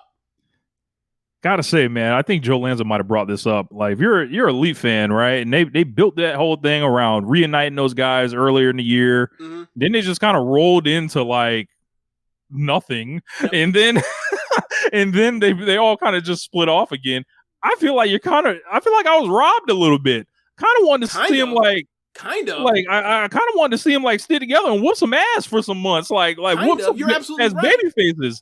You're absolutely right. Like, there's been this weird thing. Like I was robbed, bro. Like a lot of people, there were a few people that thought that like the Elite's power was being compromised, or your ability to do what they want to do and tell stories they want to tell, with like CM Punk being in the way and all that stuff. And CM Punk's been gone for over 2 months now, 3 months really closer to, at this point. It's like, all right, a lot of people were saying this kind of stuff, and it's like, well, is he still bullying them? Is he still around? Are the reels on IG like giving them all this kind of social stress? Because I do remember in the middle of the Swerve thing, like, hey man, so something about this fucking black cloud over his head that was, you saying with CM Punk, and it's like, CM Punk ain't here no more. So what the fuck? So, look, man, they're older, they're broken up, they're taking lighter schedules. I don't know exactly what they're doing right now, but like, compared to where they seem like they were in the early summer compared to now, I wish they were around doing more. And I wish it was more cohesive. But a lot of this stuff, I feel like, is like, whatever plans you got is falling to the side because you got to get more screen time from Max and his bullshit. And I'm like, hey, bros, wrap this shit up. Like I need to see Swerve on TV more. I want to see Darby on TV more.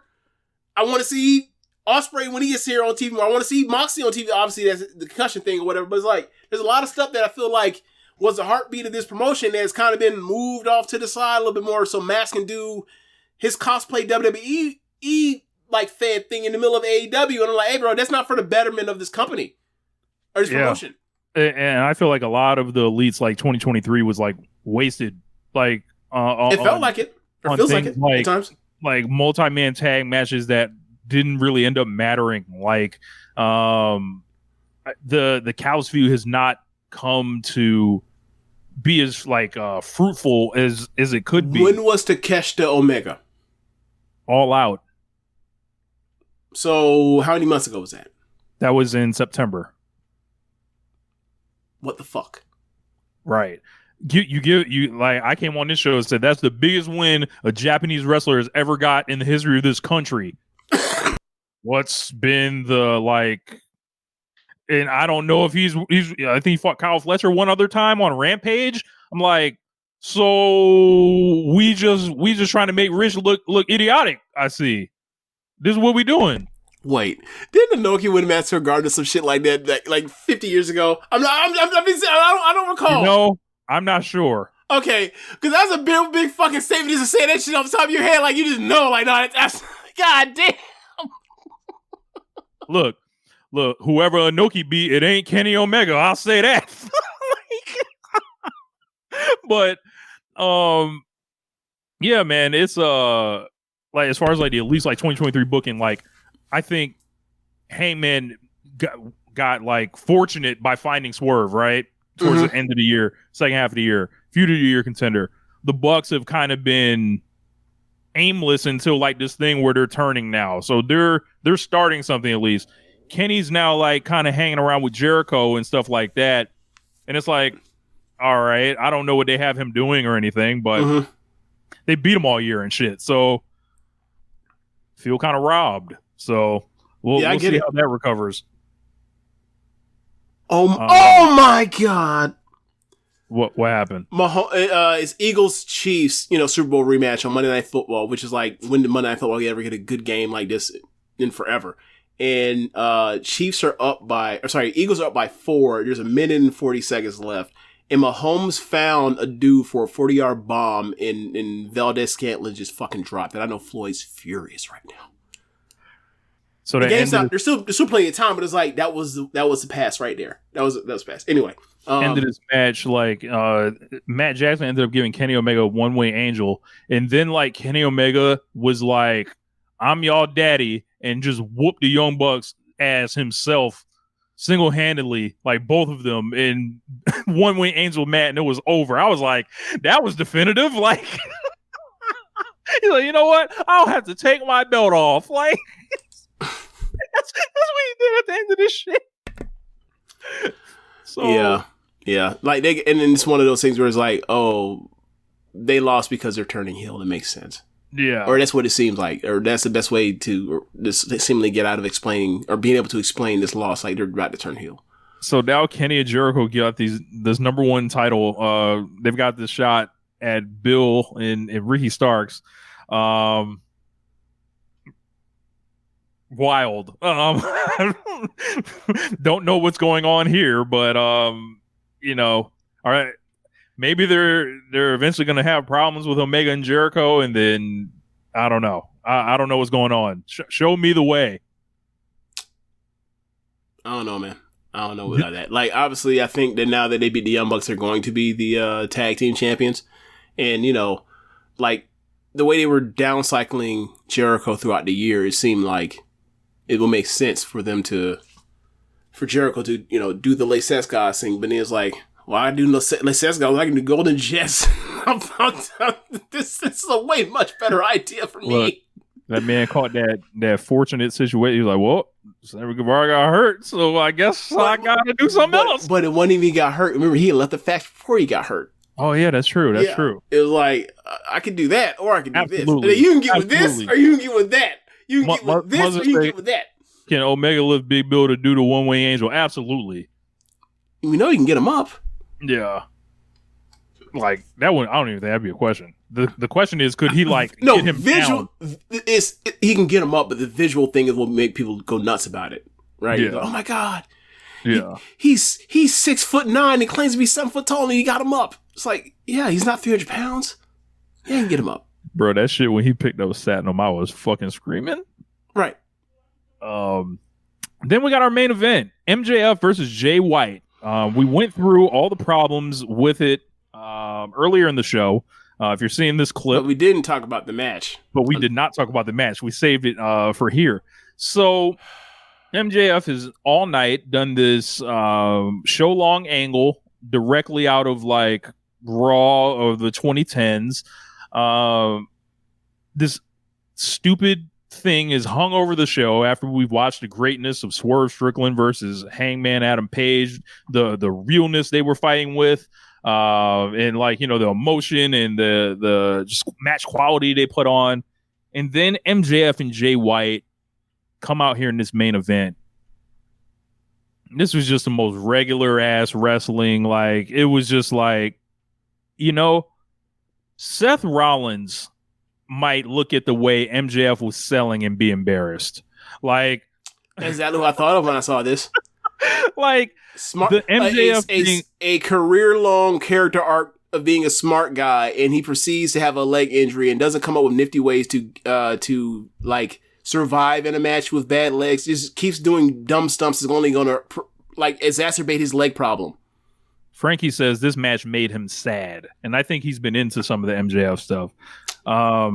But yeah, man, like, this was like unbecoming of the main event level. I thought this was almost a nothing happening match that they tried to like put different. It was like they tried to do so many things to convince you Jay White had a chance. And Black Saber Jr., Arisa Hoshiki sold the leg better than MJF. Shout out to Arisa Hoshiki. He's right. He's right. I thought this was like I saw this come out, and it was like, yeah, man, like, this ain't it. And the crowd was like into the match to a degree, and it just didn't feel right. Like, everything was like, they sent Adam Cole out there first, like he was gonna wrestle the match. No one's trying to stop him. MJF hits the thing. He drives back in through the ambulance, and like 45 motherfuckers pop up. The entire Wu-Tang comes out there. The entire ASAP Collective, the Dipset, State Property, Death Row Records, and, and the Boot Camp Clique all try to stop MJF from getting to the ring unsuccessfully. And he's hobbling around. So the whole night, I'm thinking, great. We have to watch Jay White work the leg for 45 minutes. Like, I thought it was going to be one of the 45-minute matches. It didn't turn out to go that long, but I was like, great. We have to see the Jay White leg work match, right? And I'm like, could you make this thing less exciting for me? Like, personally, like, and it was just like, people have called this Hulk Hogan type shit. People have called this John Cena type shit. And it was just like, as far as the odds overcame, yeah, it definitely is. Obviously, I think MJF did a lot more. Him and Jay White both did a lot more as far as like athleticism and effort in this match, and a lot of that Hogan shit. So I'm not going to bury it as if it's some dud 97 NWO match or whatever else, but. The overbooking of the shit is in the way of the wrestling, and it's been the case since Wembley. Yeah, like, this was like, it was just too much outside the ring stuff. Adam Cole, is Adam Cole going to turn on him, or kicking the Gun Club out, and then they came back again.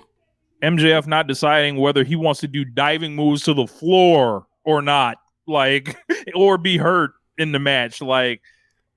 It was just all over the place. How about like the third act? He puts Jay White on the announce table. It collapses. It falls. A metaphor for and instead of for the second half of MJF's title reign. And instead of moving on to something else, because he's in the middle of the main event of a pay-per-view, he has adrenaline. This dumbass climbs up to that top rope, and he dives from top rope to floor. The guy that comes out here and tells us that the wrestlers shouldn't give a fuck about these fans and protect themselves and preserve themselves, get as much money as they can as business because these fans don't care about you.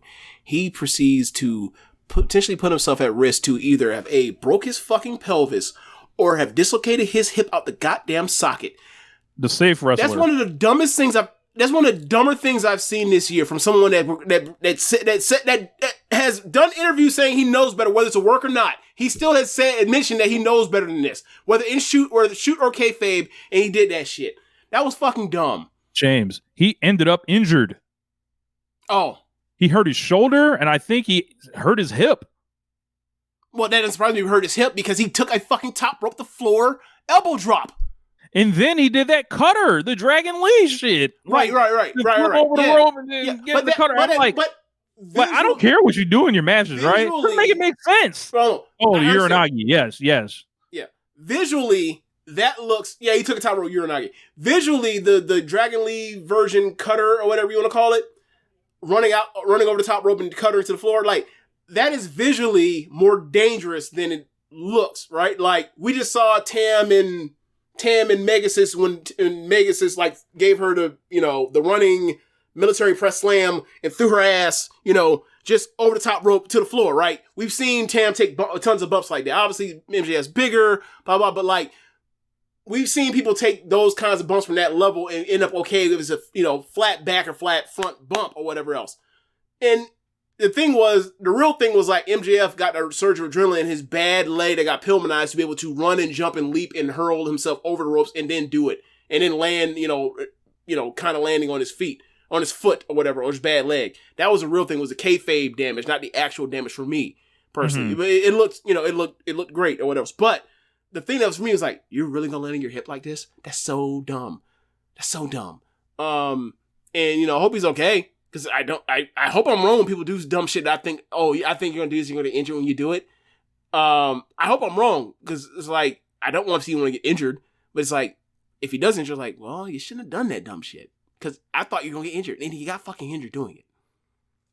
Yeah, Frankie brings up a good point. I don't understand why him just overcoming Black Bullet Club Gold wasn't enough. Look, like, he fucking murdered those guys. Well, it's because nobody believed that I'm sure their logic backstage or whoever put this all together or who, campaigned for it was, nobody here believes that Jay White has a chance. So we got to make the odds even greater so that we can get to the near fall of the figure four or the Tanahashi tap out, whichever one it was, where he's begging and screaming and dying, and then you have Adam Cole at ringside in the crutches holding the shirt that he can now use as a towel he could potentially throw in to get to that dramatic moment.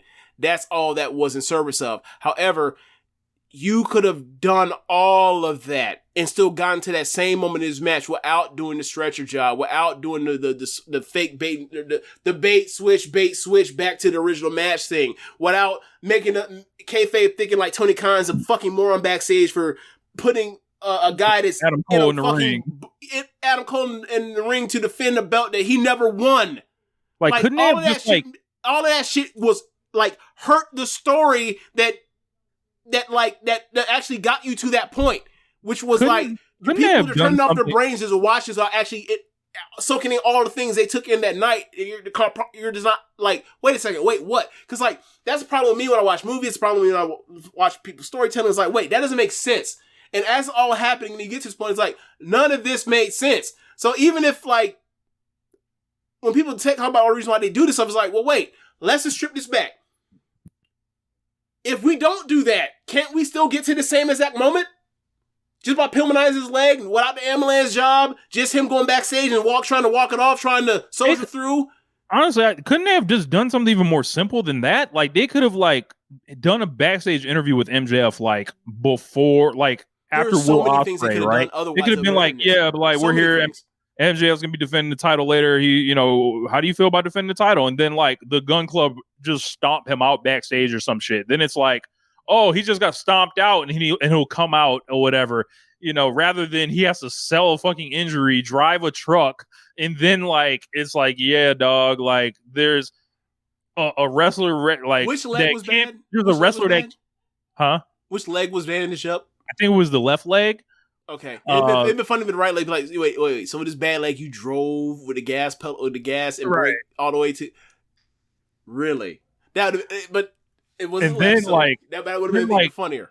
MJ or then Jay White, he's struggling with a one-legged man in an ass-kicking contest. Like it's too much. Like, and it was just like I thought it was a detriment to the overall match, and it was overbooked to death.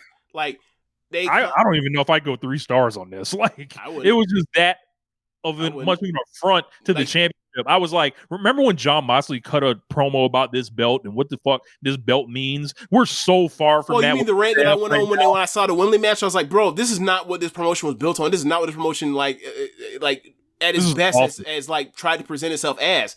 And this is what we're at now. And like, look, man, it got over with the crowd. Is like there are people that still like this, or like it's still the most over thing that's in the company right now. But you continue doing this, and like this will not like the people that wanted an alternative will be like, well, I'm looking for an alternative to the alternative now. So I would be careful with this. And I think that's the reason why, we got this G1 thing just announced, because it's like the MJF verse is now overtaking AEW. We got to get back to sports-based presentation in a way, because we got rid of stats, we got rid of win-loss records, we got rid of top 5 rankings and all that shit. And like this closest thing we get is like you beat somebody, you go up the ladder, you can get your title shot. We haven't had like a real legitimate title challenger that is like done all the things to be the champion or be, get a shot at championship. It's like, look, we had Samoa Joe lose a pay-per-view and then 2 weeks later get a fucking title match. We just had that, right? And he's about to get another one, right? So like it's been goofy. It's been goofy for months, man. It's been goofy for months. I haven't enjoyed it, except for like these matches that aren't actually the title match that MJ has been in. And he's been trying to save it by doing the things that aren't actually that are the side quest stuff. It's like, bro, if your side quest stuff is more interesting than your main quest stuff, I suggest we cancel the main quest shit, right?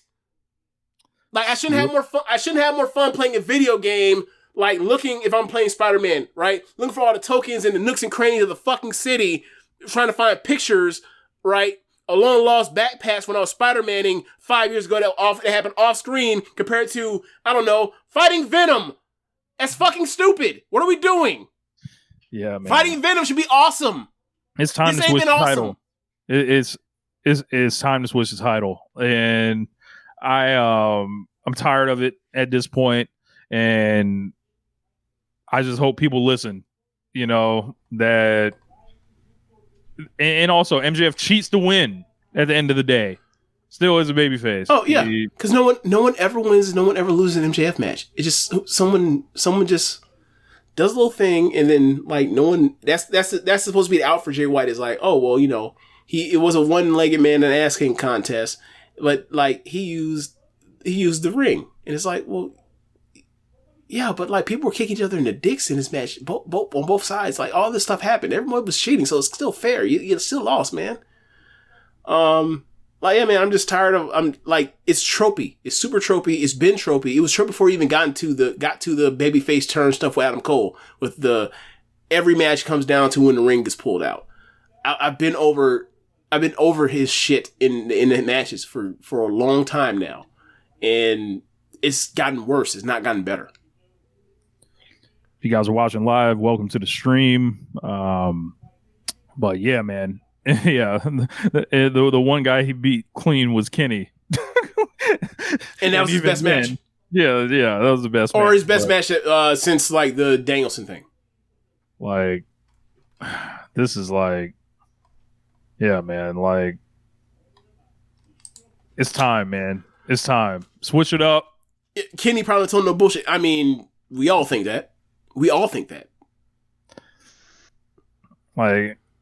and even that had Callis getting involved in the match, but it was light bullshit compared to the ring, low blows. Like it's just over the top, belt shots, like all this stuff, man, all this stuff. Yeah. There was a couple like parts where you were meant to think, oh yeah, they got MJF now, that I just like didn't buy for a second, so, right? Because you've watched wrestling for a long time, but you gave the match away. Winning. Like it would have been more intriguing had they just like brought their ass out to the ring and wrestled the match, like rather than you. It's like, oh my god, they're not going to finish ropes. What will be the new thing? They have to actually tell a real story as opposed to copying pasting. You might have a point. Oh, also, we giving MJF a lot of shit about this match. Is it now time to talk about Jay White in his history in main event title matches since 2000, dating back to 2019? Hey man, if Kota Ibushi's not in it, I don't want to hear it. Right. Like, I will give him. I have given him the benefit of the doubt. New promotion, new him, whatever. He's been on his best behavior. This is the best version of Jay White I've ever seen him in AEW, in Collision, on Dynamite, having matches, having really fun matches. He's not doing the powder shit. He's not wasting people's time. He's actually like I feel like he's a better TV wrestler than he is like a regular pay-per-view wrestler. He has his own time. He can do whatever he wants. Like, and then he gets his biggest shot and his biggest opportunity to date. And what's he do? He goes back out there and goes back to the bullshit and just over dramatic nonsense. It's supposed to just being the good ass wrestler he is, that he showcased himself for most of his matches until he did evolve into just schlock. Like, I never want to see them two wrestle again. Aren't they both under 30? Jay White's 30 now. Okay, they're both under 35. They're both in the primes of their careers. They're both great in-ring performers. I never want to see them wrestle again. I know what you're going to do. It's not going to get better as you get older. Fuck off. I never want to see these two together again in the ring. Face off across from each other. No, we're done. Like, this feels like it was the MJF textbook on this. I can't really. But the thing is, we have Jay White's history of this shit and other promotion, and this is right up his fucking alley too. And that's why we were both saying, "Oh, this shit's going 45 minutes." It went 30. Look, man, people wanted this match for a real long time. They were like, "Oh, it's just like Jay White, MJF," just them being these heels. The two guys that really know how to work. Because the guys at WWE will want. All right, take that shit over there and wrestle and go wrestle the Tribal Chief and leave us the fuck alone. Yeah, please, man. we beg of you. Take that shit to Stanford. Actually, where is Endeavor HQ located? I've got to start changing that up. Wherever that is. Yeah, we have to look that up. Somebody look that up. Yeah, that's just New York. Take that shit to Manhattan. I'm done. Yeah, man. Enough. We got Osprey now. We got Swerve. We got Hangman. Like, nah, man. Like they're not gonna come bullshit us. We don't have to do this. We do not have to do this. And they keep insisting on doing this to us. No, thank you, man. Endeavor is in New York, I believe. All right. New Jersey. Okay. Oh, all right. Whatever. Ship it over there then. Over there, the East Coast. Take it over that bridge. Send it to Africa. I don't. Look, y'all want to do the MJF Jay White match? Air that shit. Take it over there. Africa has had enough history of atrocities and problems. We do not need that sent over there. Okay. Oh man. They stripped the motherland naked, and now you want to send that shit over there? Nah, man. Unjust, uncalled for, disgusting, nasty. Oh my god. You suggested was fundamentally anti-black.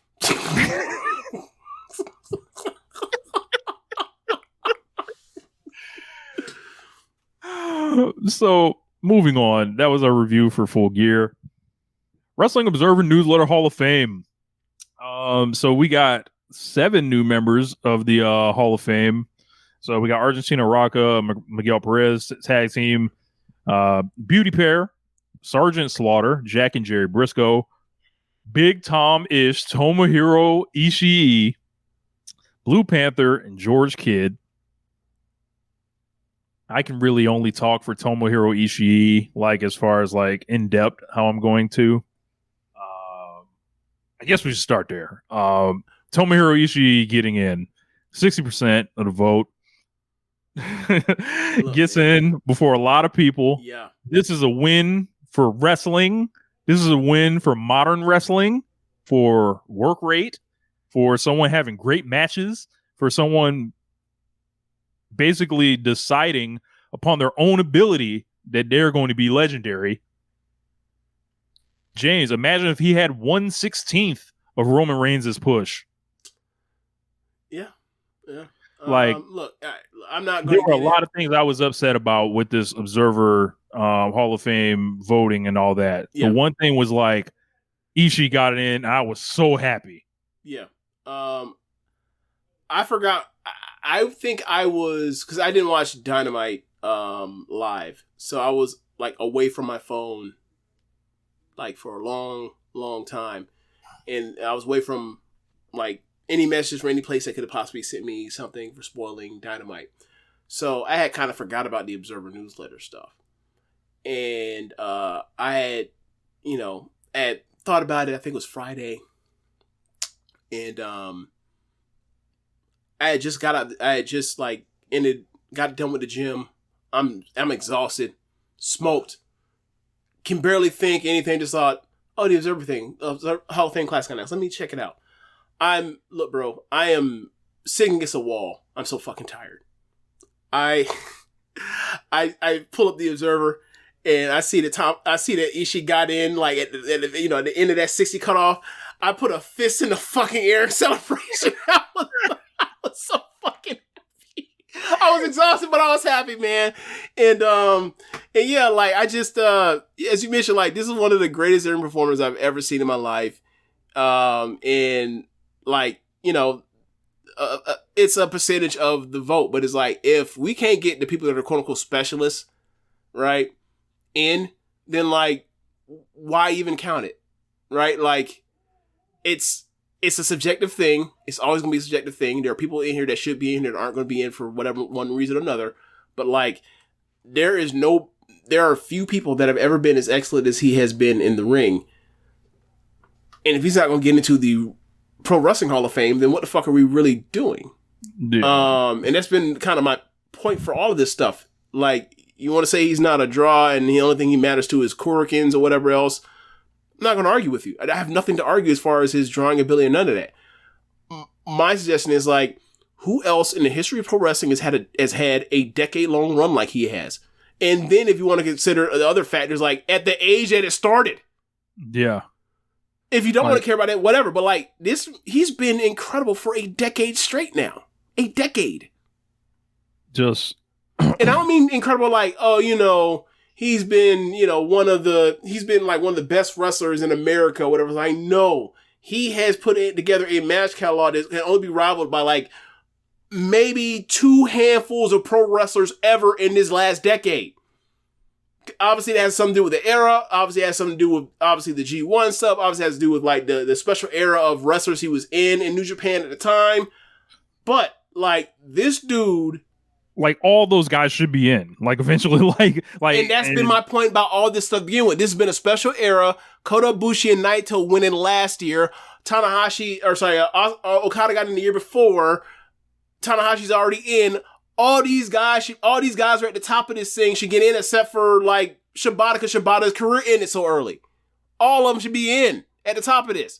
So, for me, like, there's more vindication of like, this is how special this era was in this promotion. And like, it's over. And now that we have time to get past it, and this man is still coming out here and doing this at such a high level, we should not ignore that. Like, oh yeah, this guy actually was like as good as Kenny Omega and Kota Ibushi and those G1s at that time. That should be fucking commended and remembered forever. So I'm glad he's in. Yeah. I sat on this show for years. I've gone on Keepin It Strong Style, and I banged the drum about this man's greatness, how he should be main eventing the Dome. This is not a guy that was going to show up and mail it in on a big show, small show. Don't matter what show. He'll show up in fucking West Virginia and get over. Like, it doesn't matter what crowd. Don't even say it like it's hypothetical. We've seen him come to America cold and then come out here and then the crowd's losing his mind for this guy that looks like a grandpa, a plumber. He's fucking amazing. Looks like he can fix a good car, Yeah, this guy is sensational in like just like the basics of pro wrestling, like of how to manage drama, and you have 10 to 12 minutes to do it. Tomohiro Ishii would have been phenomenal in any era because he would have excelled in short matches. He would have excelled against like, people that, either are super athletic or not. He's someone that you always got to wrestle the Ishii match, right? And prove you can do it, not him. It's kind of like Walter in a sense. Yes. Could you imagine if he had a match with like Pete Brock Lesnar? Can you imagine what that would have fucking looked like? Like, for years I was like, bro, when we were doing these fantasy drafts for Social Suplex, we always be like, bro, get Ishii, get Roman Reigns, pair them together, Roman to have this match of his career. He's probably one of the probably 2 or 3 opponents that unfortunately Roman Reigns will never get that he needed in his career. Yeah. Oh, and earlier when I mentioned the drawing stuff for Corgans, whatever else, you also mentioned like the Rev Pro stuff. What else? Like we mentioned Shibata, another example of that in the UK. But like that's very small things to add to like his power as a draw. Like you put that shit on paper, he is not an Observer Wrestling Hall of Famer level draw. He absolutely is not. No one's making that argument. So the argument is like this dude is so better than you look at all these first ballot people that made it or whatever else. Can he outwork? Can he outwork Tomohiro Ishii? No. Oh, it's all but like 24 people. Then what the fuck are we doing? Yeah. Like an all-time legend. Yeah. Like happy that I never have to like vote for him again. I don't have to continue to argue about it. You won. Like it's one of those things where like it's really simple. Like the Hall of Famer thing in different sports was like you watched a guy for a certain amount of time or whatever else, or you like, is that a Hall of Famer or not? And it's like snap judgment, yes or no. It's like a lot of it comes down to will you remember him, bro? You know what have to happen to my brain for me not to remember Tomohiro Ishii like years from now? The kind of like I'll have to have the level of CTE we think he may end up having for that to happen, bro. Nah, man, he's incredible. He's one of the first names I'll think of in this time we've been covering One Nation Radio, covering wrestling. Now we're in a decade of it. Now we're into year 11 of it. He's one of the first names I'll think of. Yeah.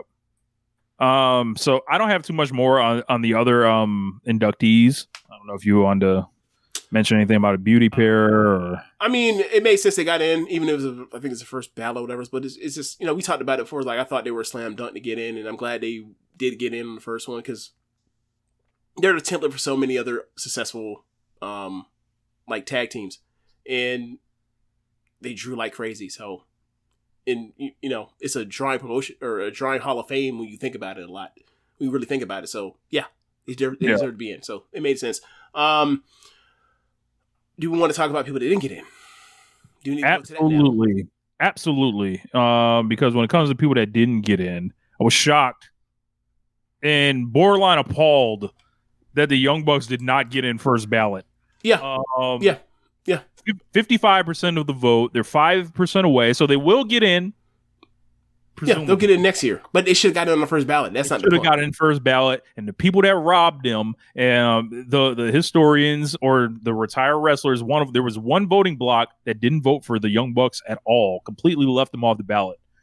They single-handedly stopped the 7-time tag team of the year, match of the year, having best tag team of a fucking generation. Like they single-handedly stopped these guys from moonwalking in. Most influential tag team, key to starting AEW, merchandise monsters.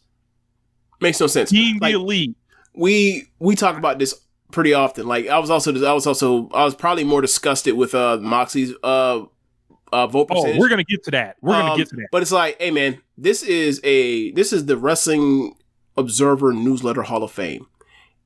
If you are voting in tag teams, and a tag team that's won Tag Team of the Year, was it 7 times? He said 7 times. If they've won it 7 times, they're not a first ballot Hall of Fame for that particular same newsletters Hall of Fame. Then what the fuck are we doing? All ballots should be exposed. Like these makes no sense.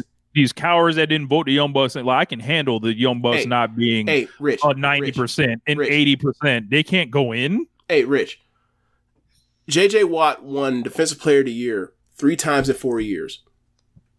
If he doesn't end up being a first ballot Hall of Famer, what are we doing?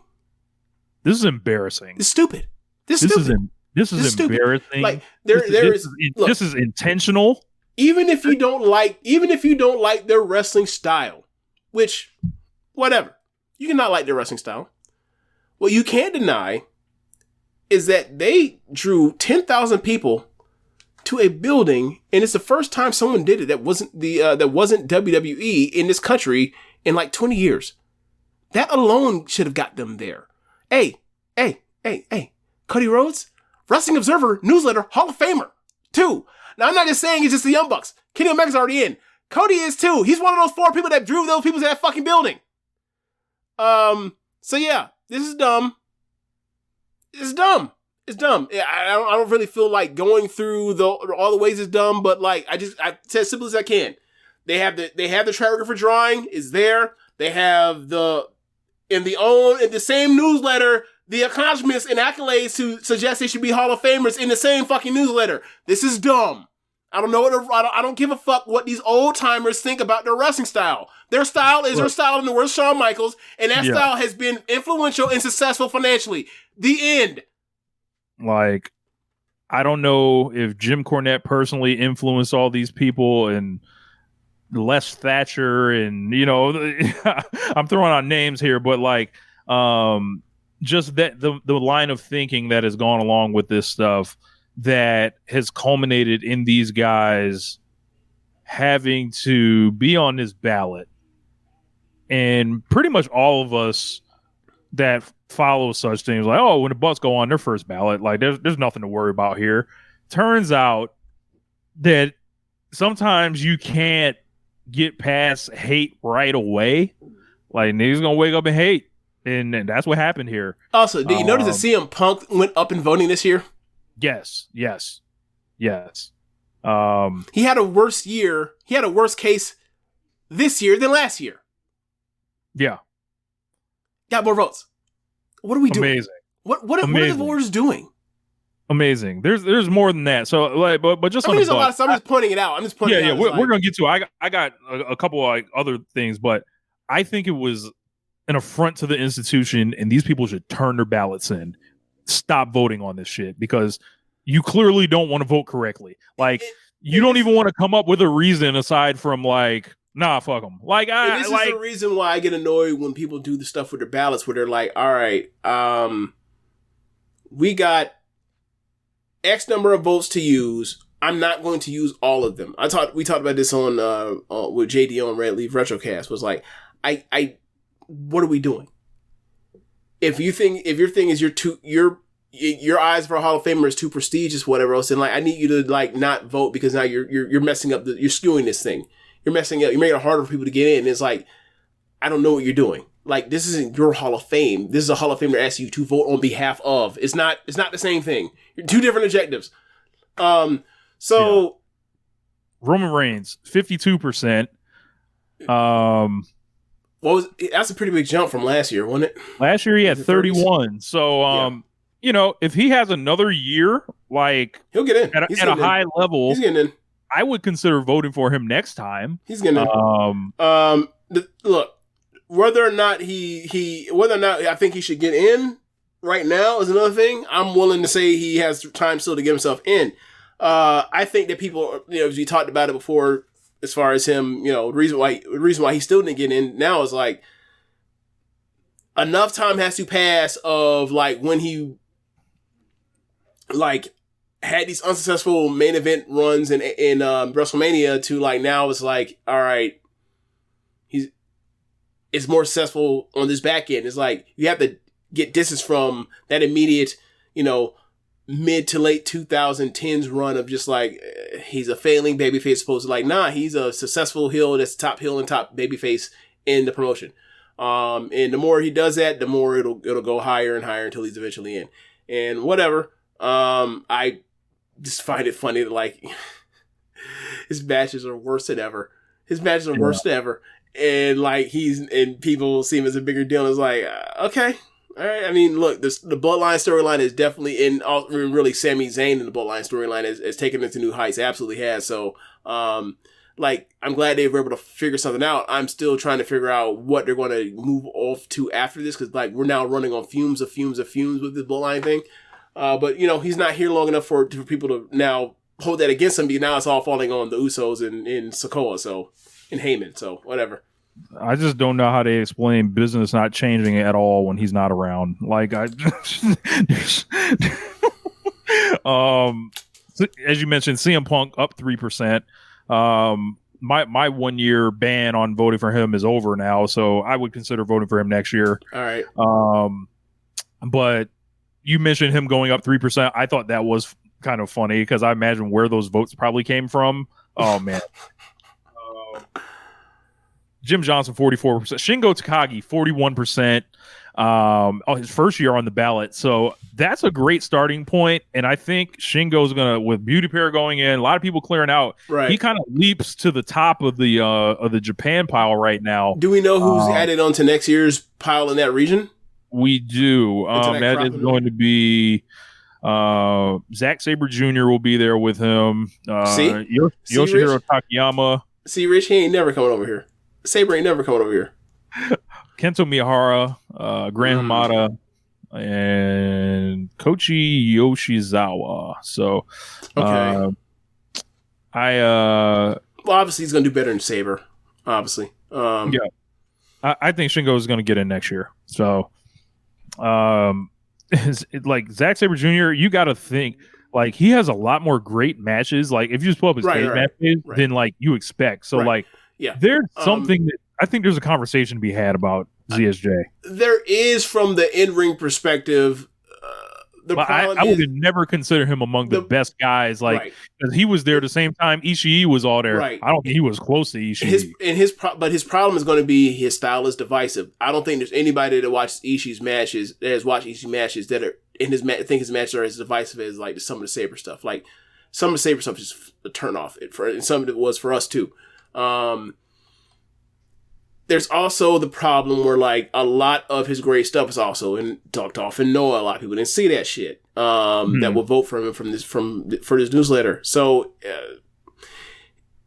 is he a Hall of Fame level act? I think so. Will he get in? That's the real question, right? Yeah.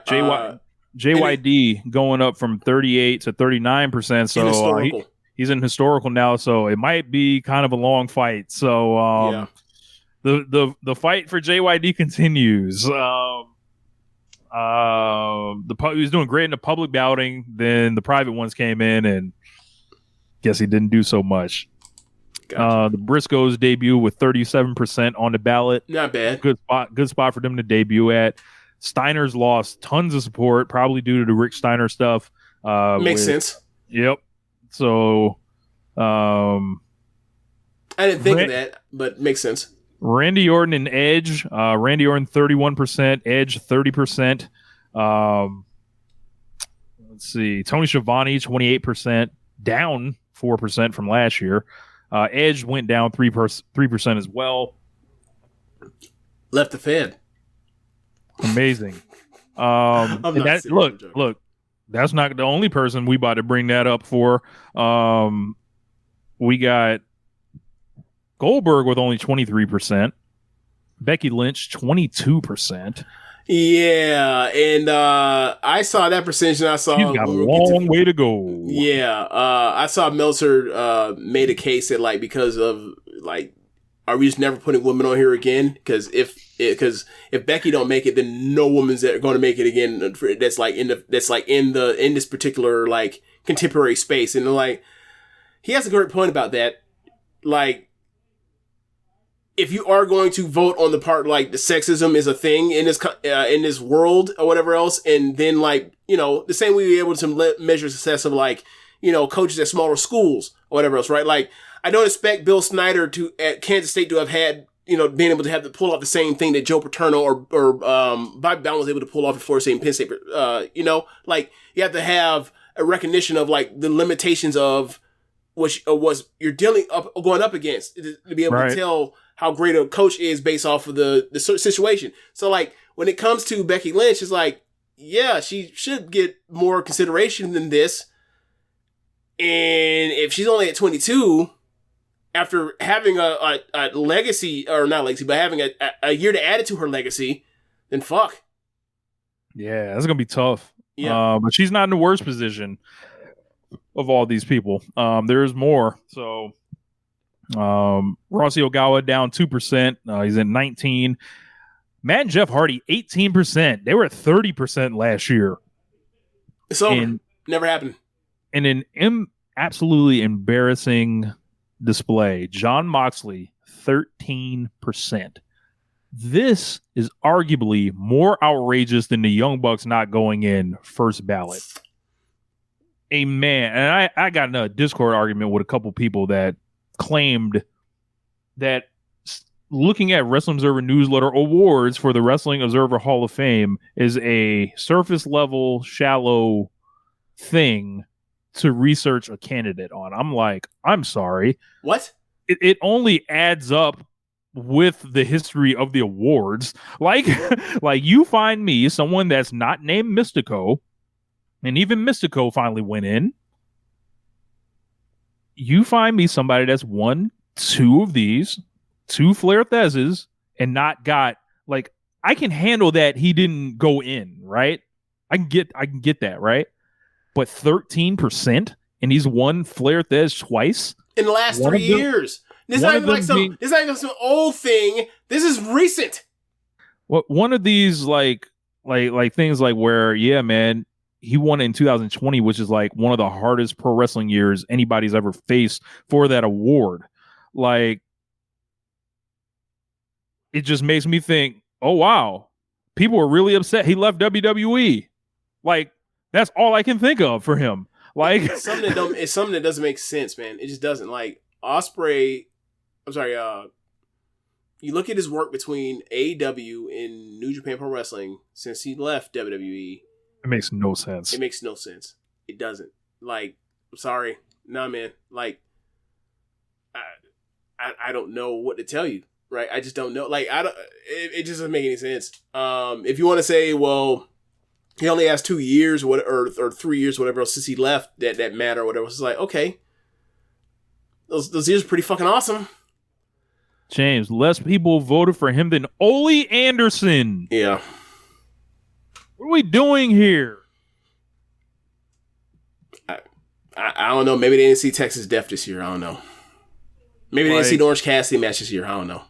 Maybe the situation is like there are people he wrestling they consider goofballs, so therefore it's illegitimate. I don't know. Like, do they not see what his like match catalog looks like, his historical significance, and then like, you know, he's one of the 4 most important wrestlers in the second biggest promotion in America. I mean, phrase that. He's one of the 4 biggest names or acts in the history of the second most successful American pro wrestling company ever. Financially. This is dumb. This is dumb. This is one of the dumbest voting totals that I think I've ever seen. Rich, if you were to come away and be like, hey, like, could he get like 45%? Like, I feel like that's like, okay. Anything under that, I feel like is like, hey man, what are we doing? Kenny Omega, Jon Moxley, Chris Jericho, and then throw in your name in a hat, whether it's, you know, whether it's MJF or it's Cody. If you want to split the difference and say it's just those 3 that I mentioned, leave those 2 away because they're you know, because whatever, fine. But like the part where like those 3, like 2 of them are no doubt Hall of Famers. Or no doubt Hall of Famers based, and you could honestly just say based off of what they did to get this off the ground, and now we're 4 years into it, and you consider like how long 4 years actually is when you consider like how fast in AEW or WCW rose and fell. It's like, all right, man, I don't know what we're doing. I don't know what we're doing. Maybe, you know, some things clear up some with some of these people out the ballots, whatever else, people will come to their senses, but like, maybe he has to go out here and have another and win a 3rd Flair Thez. I don't know. I was going to say. I was like, yo, maybe he'll just have to win Flair Thez again. Like, I don't know. Like maybe he'll have to like. Maybe they think the first 2 were a fluke. I don't know. Yeah, man, it's quite disgusting. I think that 13%. I think he caught. I think he caught some of the. Yeah, you're not in WWE anymore. What Roman year has been better than any of these Moxley years? In AEW. None. Yeah, I don't know. And he got 50-something% on the ballot after being dropped off too. It's crazy. It's crazy, man. Like maybe it's like you know, he was less, or they pushed him less than Seth or Roman when they broke up the Shield back then, so we're dinging him for that or something. And it's like, well, how come every time they were in bad situations they kept sending Moxie out there, or sending Ambrose out there to save their sorry asses? Proverbially sorry asses. Have they not considered that when they had to staple both of them? Like when we talked about Dr. Dre, right? When your album still wasn't doing too good, who's the doctor that told you to go see? Dr. Y'all been looking up closely. Like Dr. Ambrose. Yeah. Yeah. It's I don't know what's going on, man. It makes no sense. Trish Stratus hangs on to the ballot at 11%. Y'all keep doing this. Stop it. Trish Stratus got 2% less of the vote than Jon Moxley. Embarrassing. Let's get to even more embarrassing, James. Falling off the ballot with less than 10% of the vote.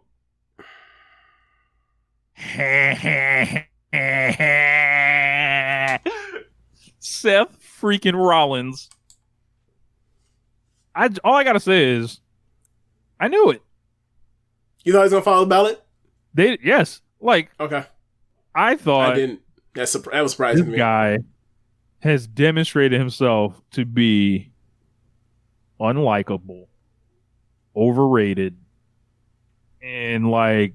But Rich, constantly behind Roman Reigns. Rich, but where is Randy Orton on this list again? You just said two things that also described Randy Orton. He's in the 30s. What the fuck? You forgot. All the old people love Randy Orton because he does headlocks. And he would have been a night off for them working with them. Okay, good point. I forgot. You're right. But Seth Rollins, it's just objectively hilarious that he fell off the ballot when you consider Trish Stratus stayed on the ballot. Jon Moxley stayed on the ballot. Roman Reigns obviously stayed on the ballot. His wife stayed on the ballot. His wife more than doubled him. Correct. Look, like I actually was wearing a Horsewoman t-shirt earlier today. I'm sorry, Becky ain't got the match catalog that Seth Rollins does. This is like, look, even acknowledging like the differences in whatever, it's like, hey man, we can't. Are we really saying that Becky deserves over twice the vote that Seth Rollins has? That's kind of that's a little bit too much, man. That's a little bit too much. If you want to say that like Becky should be at a 40 and Seth should be in the 20s or whatever else, I mean I guess or whatever else, but like his ass fell off the ballot. Like maybe it was something in the voting that fucked him, that got him fucked over. I don't know. Where it's like, this ain't your year, kid, so you got to follow the ballot. But like he gonna get his ass sent on the ballot 2-3 years from now again, and it has to be left out again. And I wonder if he's gonna fuck himself up by like getting on Meltzer's bad side again. He'd be going back and forth with each other for years now, and like you're like, you know what? I'm not putting you in the ballot no more. I'm done. Enough. Fuck you. We'll see. It's funny, I just heard you hear about the greatness of Seth Rollins from a lot of these people. The 3.5-star savior. He's treating like he's Cody now. Yeah, it's like nah, man. Like I wouldn't I don't look at Seth and see any kind of like dominant personality. I don't look at him and see like someone that is like he's just goofy, like he's like a non-threatening individual, like I don't know what this has to do with wrestling, but okay. Yeah, like I don't know, like it's just it all don't like add up, like these are all unrelated things that turns out like it don't be adding up when it's time for him to be the man. Like it's just something about but he's not the man. Roman's the man. There's that too. When they give him that fucking... But my thing is like... When they give him that Geek World title... Well, I guess I'm asking is like, is it the point now where it's like, Roman's the only one that's ever going to get in now in WWE and no one's ever going to get in now? Probably. Like, look at these vote totals. Like, he's the only one within striking distance. Aside from it depends on how you feel about CM Punk. Like, right, I mean, but I've long been like, hey man, like if we're just never going to put any WWE people in here, then like that kind of sucks. And I feel the same way. And like now, like when I see Moxie's numbers, I see the Young Bucks not getting in the first bout. I'm like, so we're just not putting any modern Americans in, any modern people out of America in, unless they've had like an exclusive history in Japan or like some extenuating thing that makes people be like, makes old timers be like, nah, that guy could have wrestled in our era, so therefore we can vote him as opposed to fuck over these people that wrestle in today's era. Like it's weird. It's really weird. I think it's less that, and I think it's more there's a logjam starting in modern US right now. And It's going to take a couple years. Well, think about what started the logjam. If we start not putting people, if we basically start at 2000, we basically only put in what, like the downturn of like stars, like that's what really started it. Like, you know, Randy Orton and Edge and all these people that were pushed bigger than they actually were, like started it. Like, and I guess where I'm getting at is if we're not going to change the standard or definition of what is a Hall of Famer to the standards of back when there was no fucking internet, then what are we doing? You know, that's kind of what I'm getting at. It's like, hey man, like we have like this is different now. This is different. And if we're not going to acknowledge that, then like this Hall of Fame is going to look like ass cheeks for like entire generations of pro wrestling fans. They'd be like, "Hey, bro, if I go on the YouTube and pull out some black and white tape of a motherfucker losing a match because they miss a drop kick compared to the shit that I grew up on, I'm not trying to hear from you old timers. It's good. It's gonna look funny in the light. It just is." Yeah, I think Seth should get over. You know, get good. Good. Here you go. Get good. You know, like, hey, man, you fell off the ballot? My nigga, you've been in WWE. Hey, man, wrestling America ain't good for you. You know. Wrestling America is not good for you. You know. The voting public appears to be, like, less knowledgeable than compared to, like, people that are the pure fans that vote in, that vote for the Japanese, or the Mexico, regions. It just seems like it. It just seems like because they're willing to adjust the expectations and the changes in like the economy and in like entertainment, and there's not being and these accommodations are not being made for modern American fans, the modern American like candidates is what I'm going to say. It's weird to me.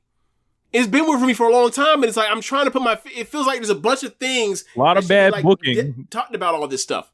A lot of these guys are victims of the same booker, right? Yeah. That have used them and fucked them up to varying degrees. Absolutely. But like, I don't know if Seth Rollins has done enough to distinguish himself when every time he's given a title towards the top, it doesn't really ever set the world on fire. It doesn't ever really like end up on top, actually. Like he's always underneath, like, you know, whatever the real person's doing. And was he underneath 2015? He was. Look, Roman Reigns was champion essentially without the belt, and Seth Rollins. But Seth was doing better work than Roman at the time too. But the way they were pushing him was making him an absolute geek, tanking the ratings. That's true. And they had made that man lose something like 21 matches in a row and shit as the champion. Like it was comedic, like the way they were pushing Seth in 2015, and it was like. Yeah, man, y'all should have just like made Roman the champion and bit the bullet. Like this was wasteful. Like, and I think that really hurt Seth. Like, and then you get to him not knowing how to connect as a babyface for a long time, and then now his entire thing is built upon dressing funny and people chanting his song, and it's like, what else you got? And you know, you see how Cody comes back in, right? They have these guys together on a Survivor Series team right next week. Yeah. Seth Rollins is the quote-unquote world heavyweight champion. Cody is on the posters. Cody is the team captain. Cody's the biggest star right now. We know that. I agree. And how did Seth Rollins let this happen? Well, he didn't start AEW and then get poached. I mean, you know, when he comes back in. Let's think about it. We pull Seth Rollins from 2019 off the shelf. 2018 off the shelf. We get Cody Rhodes 2018 off the shelf. Given what we know about Tony Khan, right, and how he absolutely did not, he said we are not making that fucking guy our world champion. I think that he would rather have chosen Seth than Cody. I think so. Well, I don't know this. I just have a feeling that his aesthetic, well, until recently, is more for someone that wrestles like Seth more than Cody. So yeah, I don't know, man. It's been really weird. Not a great talker. My thing is actually isn't specifically about Seth in this moment, as opposed to, is this going to be a whole block of nobody from America ever getting voted in, even like guys that like finished top 5 and Flair Thez. I'm not talking about Seth in this because he's never finished top 5 and Flair Thez. I don't think Orton and Edge have either. Like, that's maybe Edge did. That's what I'm getting at. So we also have these other motherfuckers that are non-outstanding too that have like 3 times the vote. And your whole explanation is, well, you know, Easy Night at the thing, or Easy Night or whatever else, and Seth is dangerous because Bret Hart said he was dangerous at one time because three random ass things happened. It's like, hey man, that's a long ass story. He ain't injured a soul since. He's gonna have to compile and retire to get in this. Like, he's been compiling. That's what I'm getting at. But like that man's compiling like mid. Like he's not compiling these superstar years like AJ Styles or something. But neither has fucking Randy Orton. Pull up Randy Orton's cage match, and Randy Orton cage match ain't better than Tam Nakano's. But you pull up Seth. Now, what do you think it looks like compared to Seth? You know why that is though with Randy Orton. Randy Orton, his last name is Orton. They all worked with his dad. They love that guy. Randy Orton is the guy that has Hall of Fame ability, but does not have a Hall of Fame resume. Absolutely. Like that does not have Hall of Fame like work ethic. He has Hall of Fame stretches of giving a fuck for like 2 or 3 months at a time before he eventually gets hurt and comes back to not give a fuck again. Yeah. Like, so I would probably compare him with Edge, if anything, rather than Randy Orton, because Edge doesn't have a daddy. He doesn't have a famous daddy or anything. I will say this: I think Edge has a higher ceiling historically in WWE in his career than Seth does. Would you disagree? This is a good argument for Chad. Our buddies. Yep. I think he would go with Edge personally, but you know he does. I think you have to. Like, but where the fuck is? Well, I don't think there's an Undertaker WrestleMania 24 thing that Seth has. Yeah. I mean, Logan Paul was good.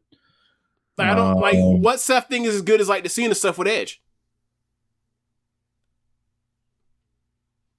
Is there anything like that? I don't think so. I think you have to. Randy Orton's a good mid-card match.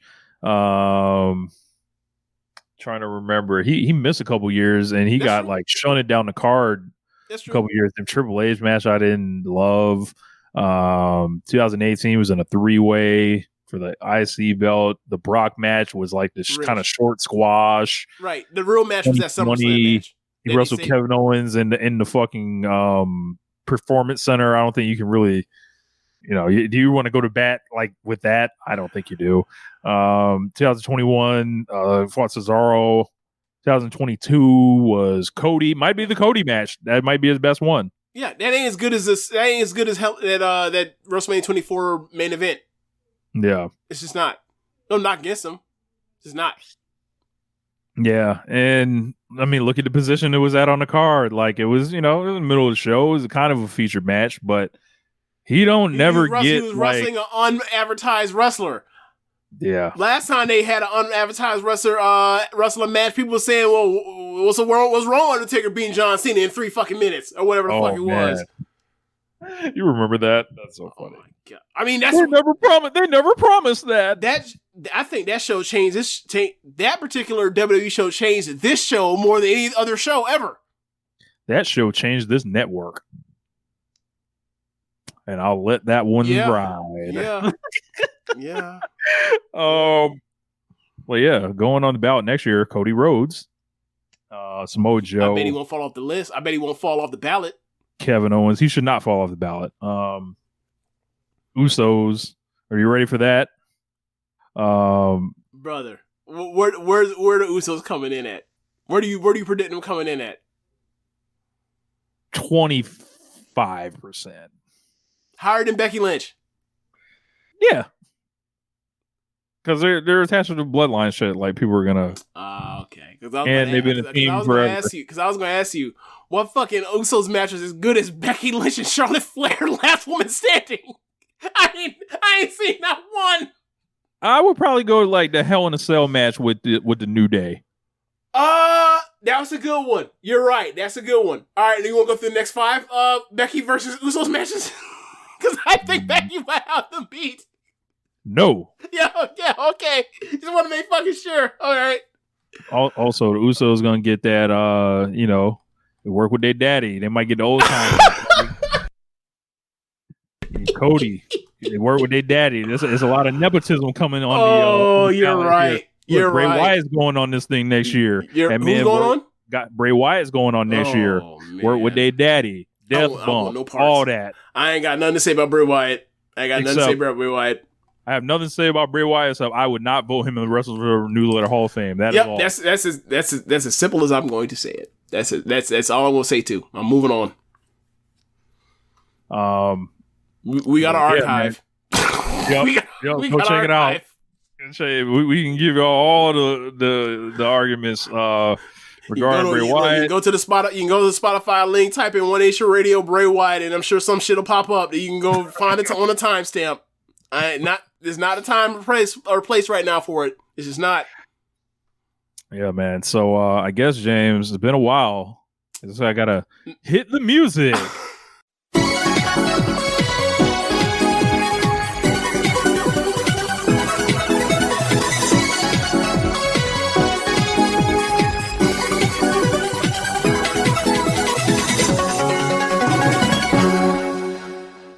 Shin Nihon Stardom Wrestling.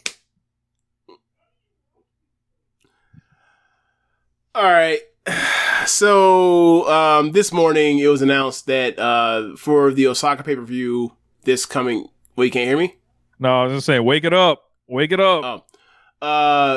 They announced that they are for the upcoming November 2nd Osaka pay-per-view that they are vacating the red belt and also the tag belts because of Natsupoi and Tam Nakano's injuries. And they, for the red belt, will be having a tournament. Now, on one side of the bracket, basically, Suzuki has yet to be able to challenge for the red belt after winning the Grand Prix. So the other, so she's already advanced through, and there would be a 4-person tournament to get the spot for facing Suzu at Sumo Hall, I believe. And it's a 4-person tournament. One match I saw was like Ami Sourei versus who, Rich? Micah. Was it Micah? I know Micah's in it. For the tournament, it's Ami Sourei and Micah, and then Momo versus Mina. Right. So, freshens up what turned into a disastrous year for the red belt this year. Just poor planning, injuries fucked up everything. What was planned for, the champion, what was planned for who's probably going to win the Grand Prix originally. And also just a mess. Like, this thing has been a mess ever since, honestly. They took it off of Shuri. People wanted Tam to win the belt at the time because they did not like the Ice Lore from Julia, even though me and you both liked the Ice Lore. They were like, take it off of her. And then what followed that was, well, we're going to take the belt off Julia, and then we're not actually going to have Tam defend the belt like normal. We're going to have her have white belt versus red belt matches, then defend the white belt, then go back, and then like, oh, it's Grand Prix time. Now there's nobody defending anything. Oh, except for she faces a fucking outsider. Match overachieved. Cool. Then we get out the Grand Prix. Who's the first challenger? Natsuko with an unfathomable, blown out knee to big match ratio since 2020. And this is where we're at. So, like, we have had... I gotta say, we have had 6 red belt title defenses this year. That stinks. I gotta give a point to Julia as far as the Julia Tam ride with better red belt champion. Gotta go with Julia. Oh, you got to, because one got Suzu Suzuki and Maya Yuki, and the other one got the Megasis and Natsuko Tora. And then Natsuko, because she can't go up for the fucking move, blows out her fucking knee. Fuck. Anyway. Zach Porter wrote me this morning. He said it was the end of the run of Nakano. I have never heard that. I've never heard that phrase before, and that's funny. I died laughing. But also, Natsupoi, you had to hand it in. Yeah, I don't know exactly what her injury is. I believe that I was told it's something similar to like a neck issue similar to Utami's. So get well soon, Natsupoi. Yeah. This year this roster's been beat to hell all year, man. Like this like I don't know if we have delved into all the injuries and all that. We haven't. We haven't it's been a while since we talked about Stardom. Because quite frankly, I have not watched anything in Stardom since the Grand Prix final. Because I was like, all right, or actually not the Grand Prix final, but ever since like Tam defended the one after the Grand Prix, and I was like, okay, so like I think she just blew out her knee, and then that match got called off and then Tam got pulled from from the tag league, and I was like, I think she blew her knee, and now they're just wasting time. And I'm like, all right, remember, I told you this, how many weeks ago? I was like, I think they should make her vacate the belt. Mm-hmm. And now, 2-3 weeks after I said this, now they're vacating the thing. It's like, what the fuck was the holdup? Yeah, I think the schedule is like ran them down. It has, and it's tons like there's no debating this now. Like the schedule is ran them down. The hard style is running a lot of these people down, and it's like something to consider. Like as far as like the overloading of the schedule, like going from basically 2 shows a week to 3. That's a big fucking deal, man. And I understand that like a lot of these matches are still the standard. The average Stardom match still the standard. Faction versus faction, multi-person match. But when they get people in these positions to have these singles matches, they are still dropping each other on their necks, hitting each other hard, headbutting each other, shoot headbutts and clunking headbutts and all that kind of stuff. Like, this is a really, really violent promotion. And I don't know if we've been, because we've been covering for so long, we've been desensitized to it, but like, that's been the way it's going. And then when you keep churning out pay-per-views every 2 weeks, this is where you end up at. And then, there's also the part where we've had trouble with like trying to figure out how to roster position or kayfabe these IWGP women's titles between Strong and the domestic belt, and it's kept them out. It has kept Julia and Mayu from the title picture and had them away from what could be quality or high level matches, pay per view main events for Stardom. And it's been a mess, and like quite frankly, it feels like ever since they did the Yokohama Budokan show, like to break out the patterns of having year-long title reigns, people because Rossi felt like he had got predictable and stale that these are gonna be long-run belts or whatever else. It's like injuries keep piling up. The people you want to win to do these things and change things, whatever else, end up getting hurt. The ideas don't seem as well thought out as they used to be. It's just been, the universe unit stuff isn't as strong as it used to be. The nerfing of DDM hurt this year. It's been a lot of problems this year. And it's like the first year where I haven't been in love with Stardom. It's like loved everything about it. Just the first year. And hopefully, Micah and Suzu or Momo or Mina can jumpstart this thing. But I think there needs to be some rejiggering, and I feel like there should be like a consolidation of the units. Obviously, there's, should they do a unit draft all over again? I don't think they'll ever do that again because they haven't done that since Bushiro bought them. Got you. I wouldn't mind it because I think they need to, the rosters have been too stretched, or not stretched, that's not the word. Yeah, we know. I feel like the roster positioning within the units have been kind of weird. And I feel like if you could fix some of this, if you can use a draft to fix some of this stuff, you can kind of get back to where Stardom was the previous 4 years or whatever. We know Momo ain't winning. So we could just eliminate her right now. She would have the best match with Suzu. Yeah. She absolutely would. Maybe they let her do that and fight Suzu, but let Suzu win. But that'd be funny. I think that means Momo would then move to 0-7 in Red Belt matches. Jesus Christ. So Micah, versus Ami. I think you got to go with Micah there. Yeah. Momo versus Mina. That can go either way. That can go either like, way. There's a lot of torture possibilities for the Mina fan base, the Momo fan base, and the Micah fan base. They all are gonna have to battle it out. You're right. You're right. Because ultimately, I feel like at this point now, like Suzu has to win the red belt, regardless of whoever they pick. They could pick Micah because in the final of the Grand Prix this year, the crowd overwhelmingly wanted Micah to win. They still just went with Suzu anyway. But I feel like you kind of already went down this route and you decided to put Suzu through. It's like they didn't even do that when Hoshiki had to vacate the white belt. Like they put Julia in the tournament. Like she won Cinderella tournament, and they're like, yeah, go face. Who was it? Go face, I think it was Konami. Yeah, go face Konami and then go face Tam. Wonder what Shuri's doing.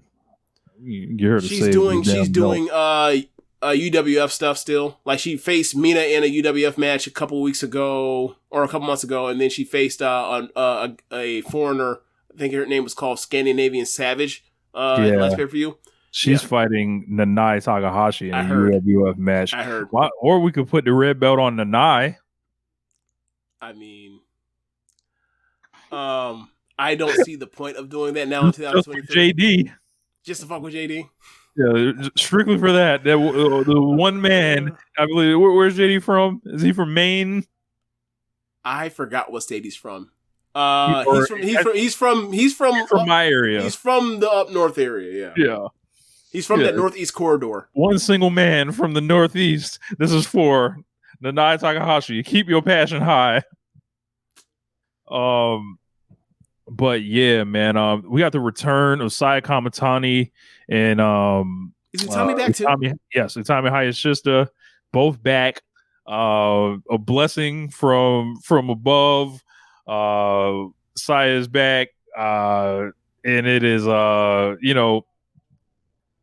I think if there's an easy story in the promotion to tell, it's like these guys have got back together. They settled everything. They're back.